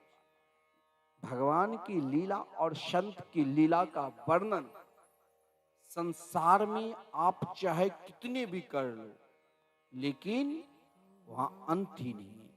क्योंकि संत का नहीं जन्म होता है और संत का नहीं मरण होता है। ये व्यवहारिक में हम सभी को परंपरा में दिखाया गया है कि संत आते हैं जाते हैं, लेकिन संत सृष्टि के अंत समय में भी सृष्टि के रक्षा के लिए जब पुनः दोबारा सृष्टि होगी, तब तक संत ही अपने आश्रय में सृष्टि को संभाल कर रहे।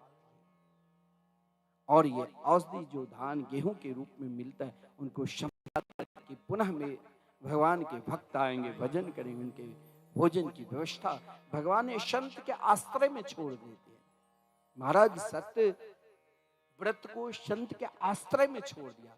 यदि महाराज सत्य व्रत संत के आश्रय में शायद नहीं होते, तो शायद महाराज सत्य व्रत पर भगवान की कृपा नहीं होती। तो भजन करने का हर जगह स्थान है। व्यास जी ने सोचा कि महाराज मैं कहाँ ढूंढूं, वो तो वृक्ष में, लता पता में, सब जगह से एक ही आवाज आ रही है कि पुत्रोहम पुत्रोहम। ऐसे आत्मनिष्ठ पुत्र को मैं कहाँ ढूंढूं। व्यास जी प्रणाम।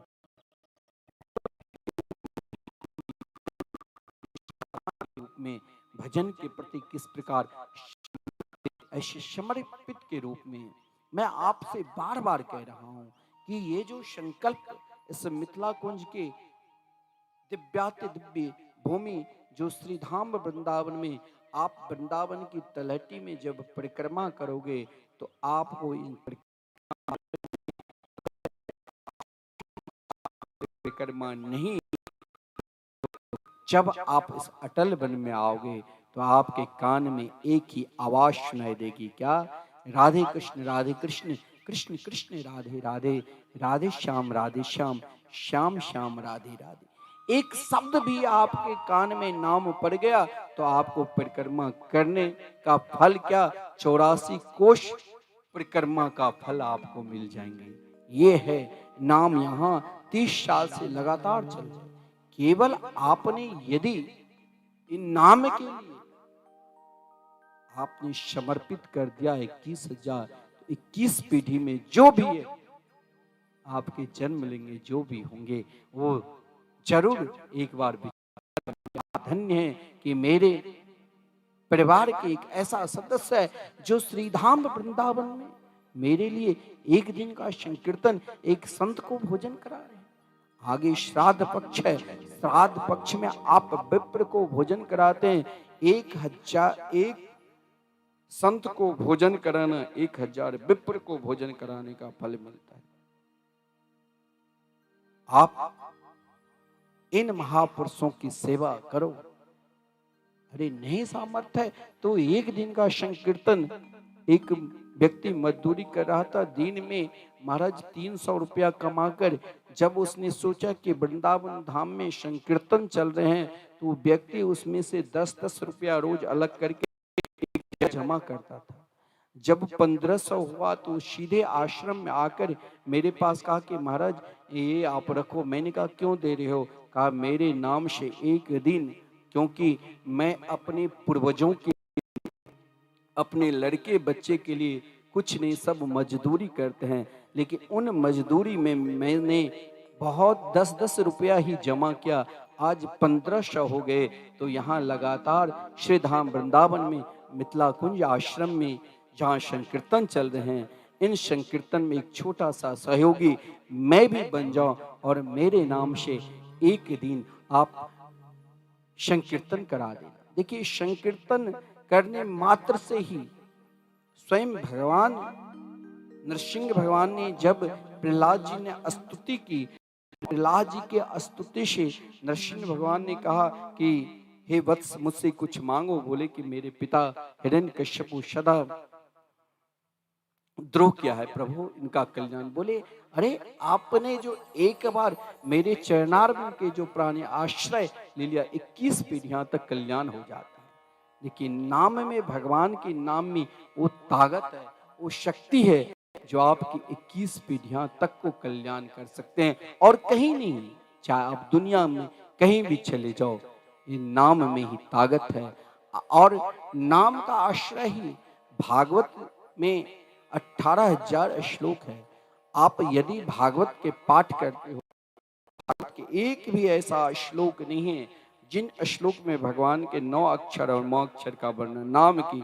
वही नामनिष्ठ हमारे पूज्य गुरुदेव ने कहा कि मैं नाम भगवान को साक्षात सभी को दर्शन कराऊं भागवत में। तो 18,000 श्लोक भागवत और 18,000 श्लोक एक साथ इस परिक्रमा मार्ग, वृंदावन के पावन तलहटी परिक्रमा मार्ग में हम सभी को दर्शन मिले, जिस कारण पूज्य गुरुदेव ने हम सभी को बार बार चैनल के माध्यम से, आज हम घर में बैठे टीवी पर श्रवण कर रहे हैं तो यही जागृत करते हैं। अरे आप कथा कराओ नहीं कराओ, लेकिन एक श्लोक शिलालेख पर आपके नाम से यदि 5100 रुपया मात्र आपने दान कर दिया तो अनंत वर्षों तक, जब तक महल रहेंगे तब तक हमारे लिए वही अनंत, एक दिन का भी हम सेवा कर दिया तो अनंत वर्ष कहा गया है भगवान के लिए।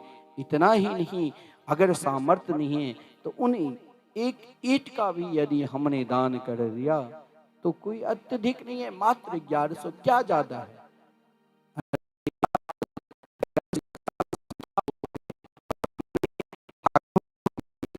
वजों इन श्राद्ध पक्ष में राधा पक्ष आने वाले हैं। हम ठीक है अपने घर में एक विप्र को भोजन कराते हैं, लेकिन हम वृंदावन धाम में भी इन संकल्प से जुड़े और मात्र 5100 रुपया देकर आपके नाम से एक श्लोक सदा ठाकुर जी की स्वरूप, भागवत भगवान के स्वरूप के रूप में आपके रोज नित्य दर्शन होते रहेंगे। इससे अधिक आपके जीवन में और क्या पुण्य चाहिए और क्या चाहिए। इसीलिए आप इन पुण्य से जुड़िए और श्री धाम वृंदावन में अपना तन मन धन से समर्पित करिए। मन में यही भाव रखिए कि हम अपने आप को और ठाकुर जी को क्या दे सकते हैं। हम अपने आप को ठाकुर जी को नहीं दे रहे हैं, हम स्वयं को, अपने देहाभिमान को उनके चरणारविंद में समर्पित कर रहे हैं। यही भाव हमारे हृदय में रखना चाहिए और यही भाव लेकर हमें पुकारना भी चाहिए।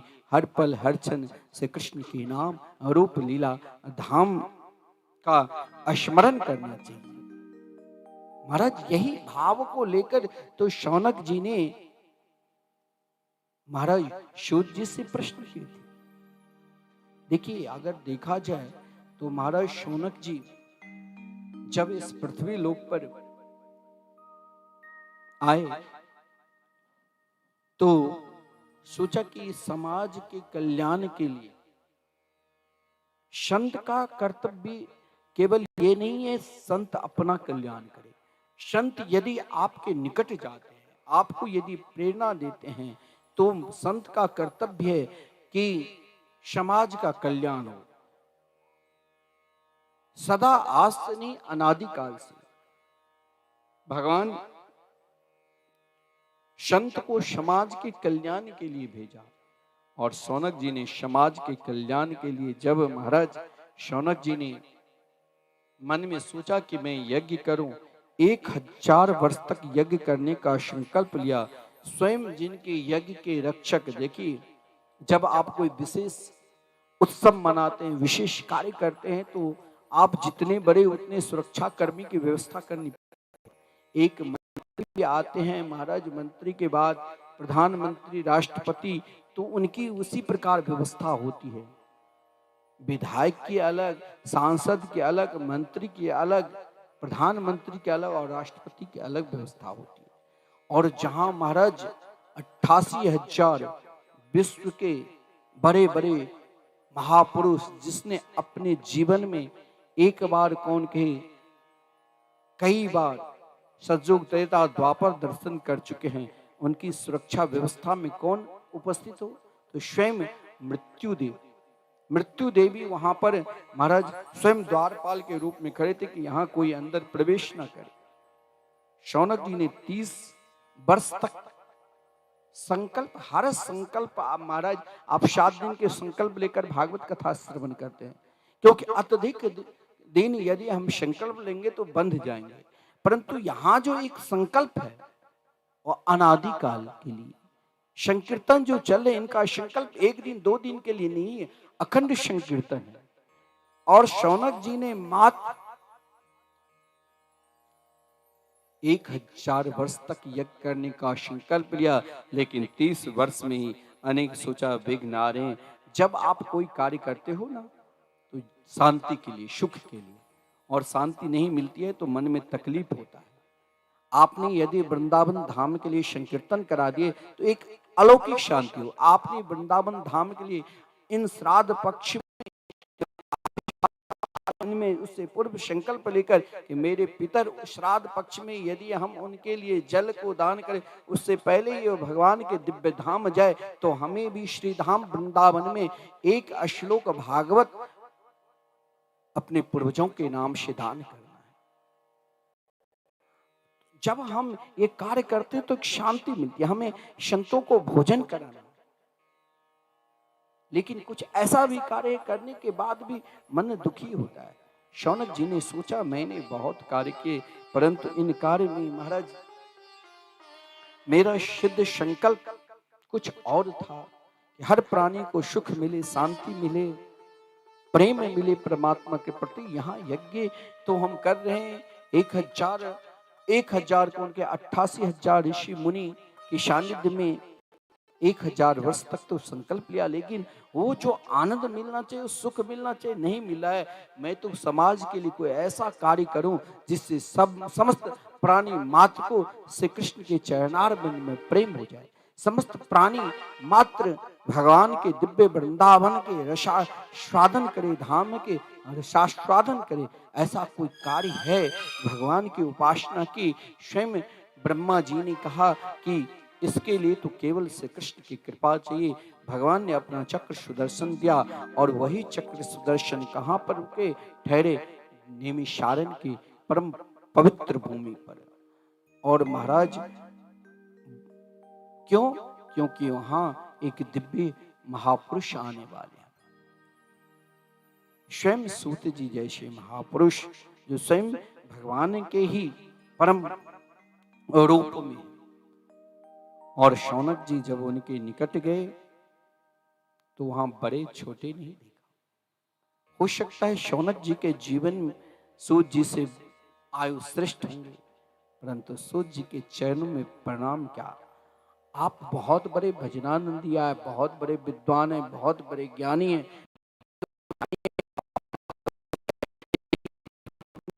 अभिमान मत लाओ।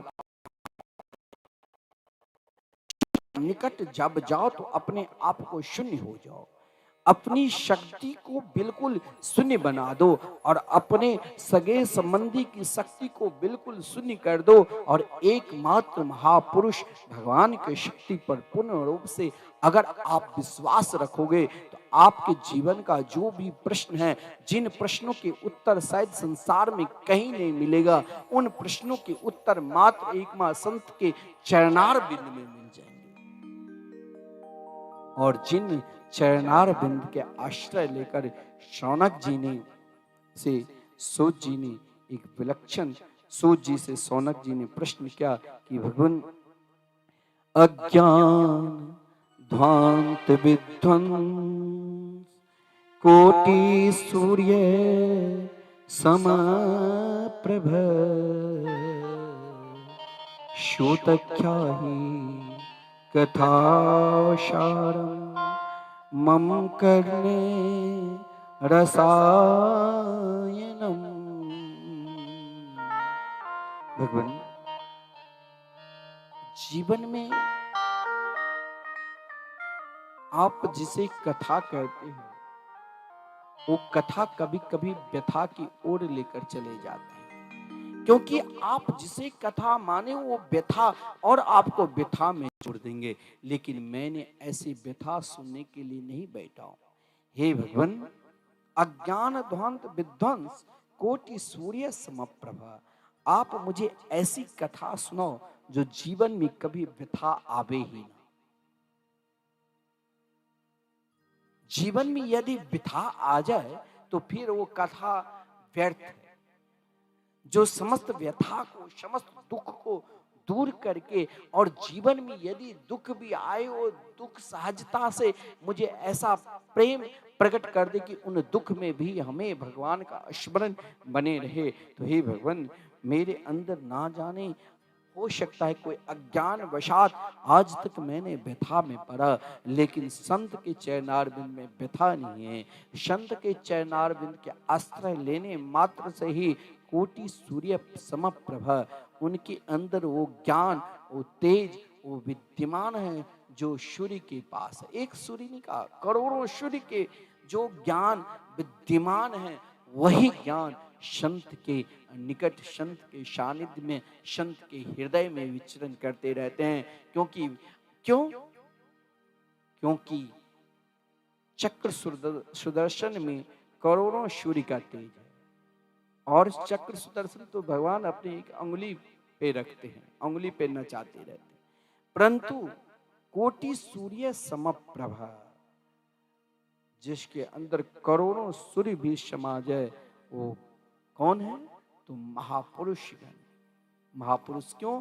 क्योंकि उनके हृदय में वो निवास करते हैं जिसने अग को भी नष्ट किया, जिसने पाप को भी नष्ट किया। वो कौन है? तो श्री कृष्ण। हे भगवान, मेरे जीवन के व्यथा को भी दूर हो जाए और कर्ण रसायनम, कानों में भी ऐसे औषधि पड़े, ऐसे दवा मिल जाए जो मुझे सीधे श्री कृष्ण के चरणार बिंद में अनन्य प्रेम जगे। जीवन में ऐसा कोई उपाय बताओ जिस उपाय के माध्यम से भक्ति, ज्ञान और वैराग्य की प्राप्ति हो। देखो, मैं आपसे ये कहना चाहता हूं कि भक्ति, ज्ञान और वैराग्य हर प्राणी के अंदर है। कैसे?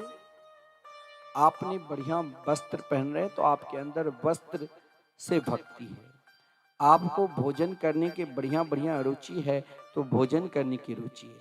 आपको बढ़िया श्रृंगार पहनने की रुचि है तो श्रृंगार से भक्ति है। आपको शहर में घूमने की इच्छा है, में घूमूं तो उससे भक्ति है।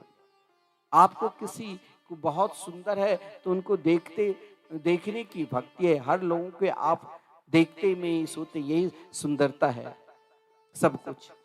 परंतु इन सभी से अगर आप संसार के कार्य से भक्ति करते तो वो सब एक महाराज वृद्धा की तरह है। कोई काम एक वृद्धा की तरह, एक कोई मतलब वो कोई कार्य आप नहीं कर सकते। ऐसा ज्ञान है, ऐसा नहीं, बड़े बड़े ज्ञानी हैं, बड़े बड़े ध्यानी हैं, बड़े बड़े महाराज ज्ञान के सर्वोपरि भंडार है, अनेक शास्त्र पुराण के ज्ञाता है, परंतु उन शास्त्र पुराण के ज्ञाता होने के बावजूद भी अगर उसके हृदय में श्री कृष्ण के प्रेम की भक्ति ज्ञान नहीं है, भगवान की लीला की प्राप्ति करने की ज्ञान व्यर्थ है।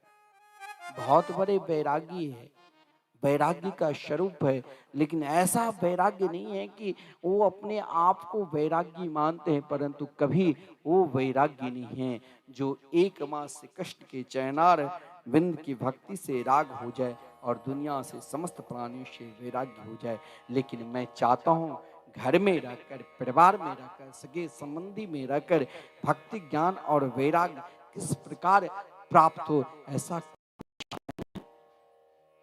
और एक और प्रश्न कर दिया कि भगवान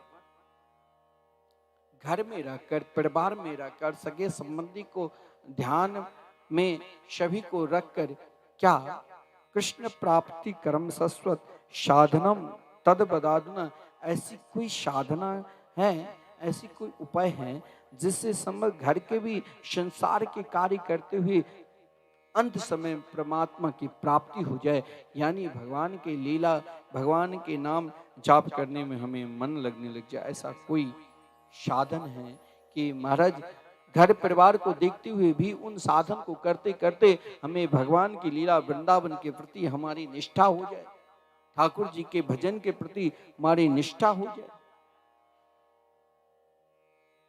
देखिए, एक उच्च कोटि की निष्ठा है।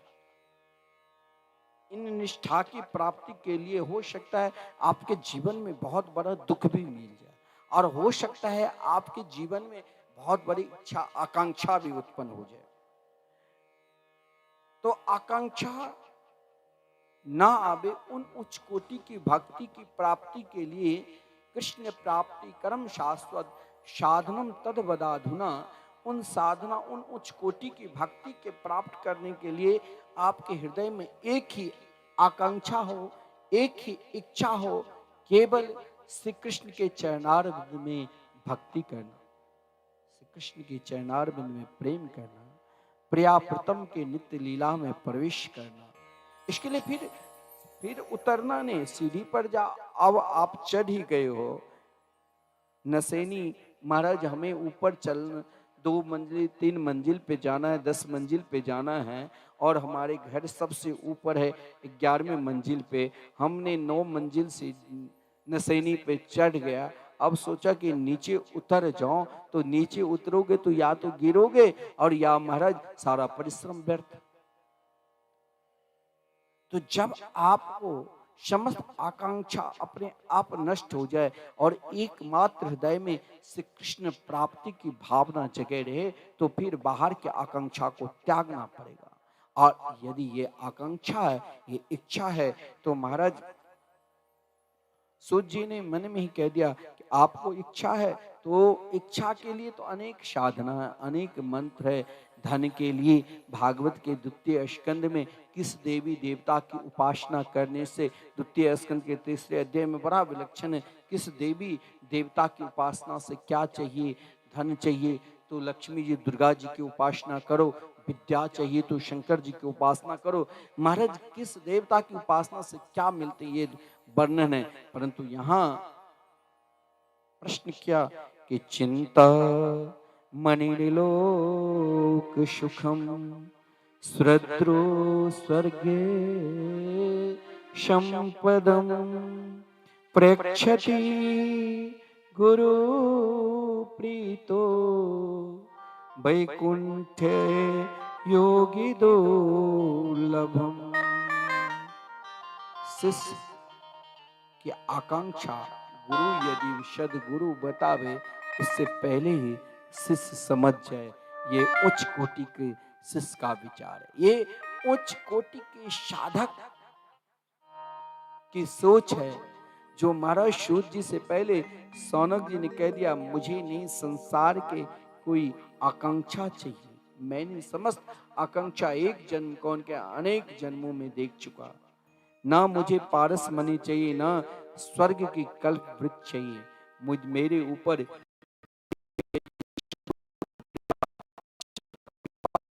भगवान के ऊपर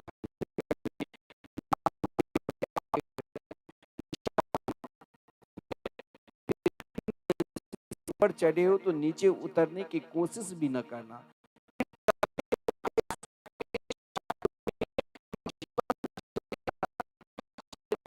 चढ़ते रहना जब तक हम उन प्रिया प्रीतम की लीलाओं को दर्शन करते करते केवल एक ही भाव जग जाए कि मेरे सामने जित देखो तित श्याममयी की स्थिति हो जाए, तब तक हमें चढ़ते ही रहना है, उतरना नहीं। यदि वहां चढ़ लिया ना तो फिर अगर उतरने की कोशिश क्या कि हम गोपाल जी के पूजन कर रहे हैं और हम गोपाल जी को अपने साथ पलना में झुला रहे हैं और फिर हम तंत्र मंत्र अनेक प्रकार के उपाय यदि हमें कोई बता रहा है कि अरे महाराज हम जब सर्वोपरि भागवत धर्म को स्वीकार कर लिया है फिर भी हम उस तंत्र मंत्र साधना की ओर ही जाए तो फिर हमें कहाँ, फिर तो हमें जब हम उस उच्च कोटि को प्राप्त करने के लिए चले थे बीच में हमें तंत्र मंत्र का उपाय बताकर उसने वहीं रोक दिया। अब हमें ना यहाँ ना इधर का रहा ना उधर का रहा, बस हम त्रिशंकु के तरह लटके रहेंगे।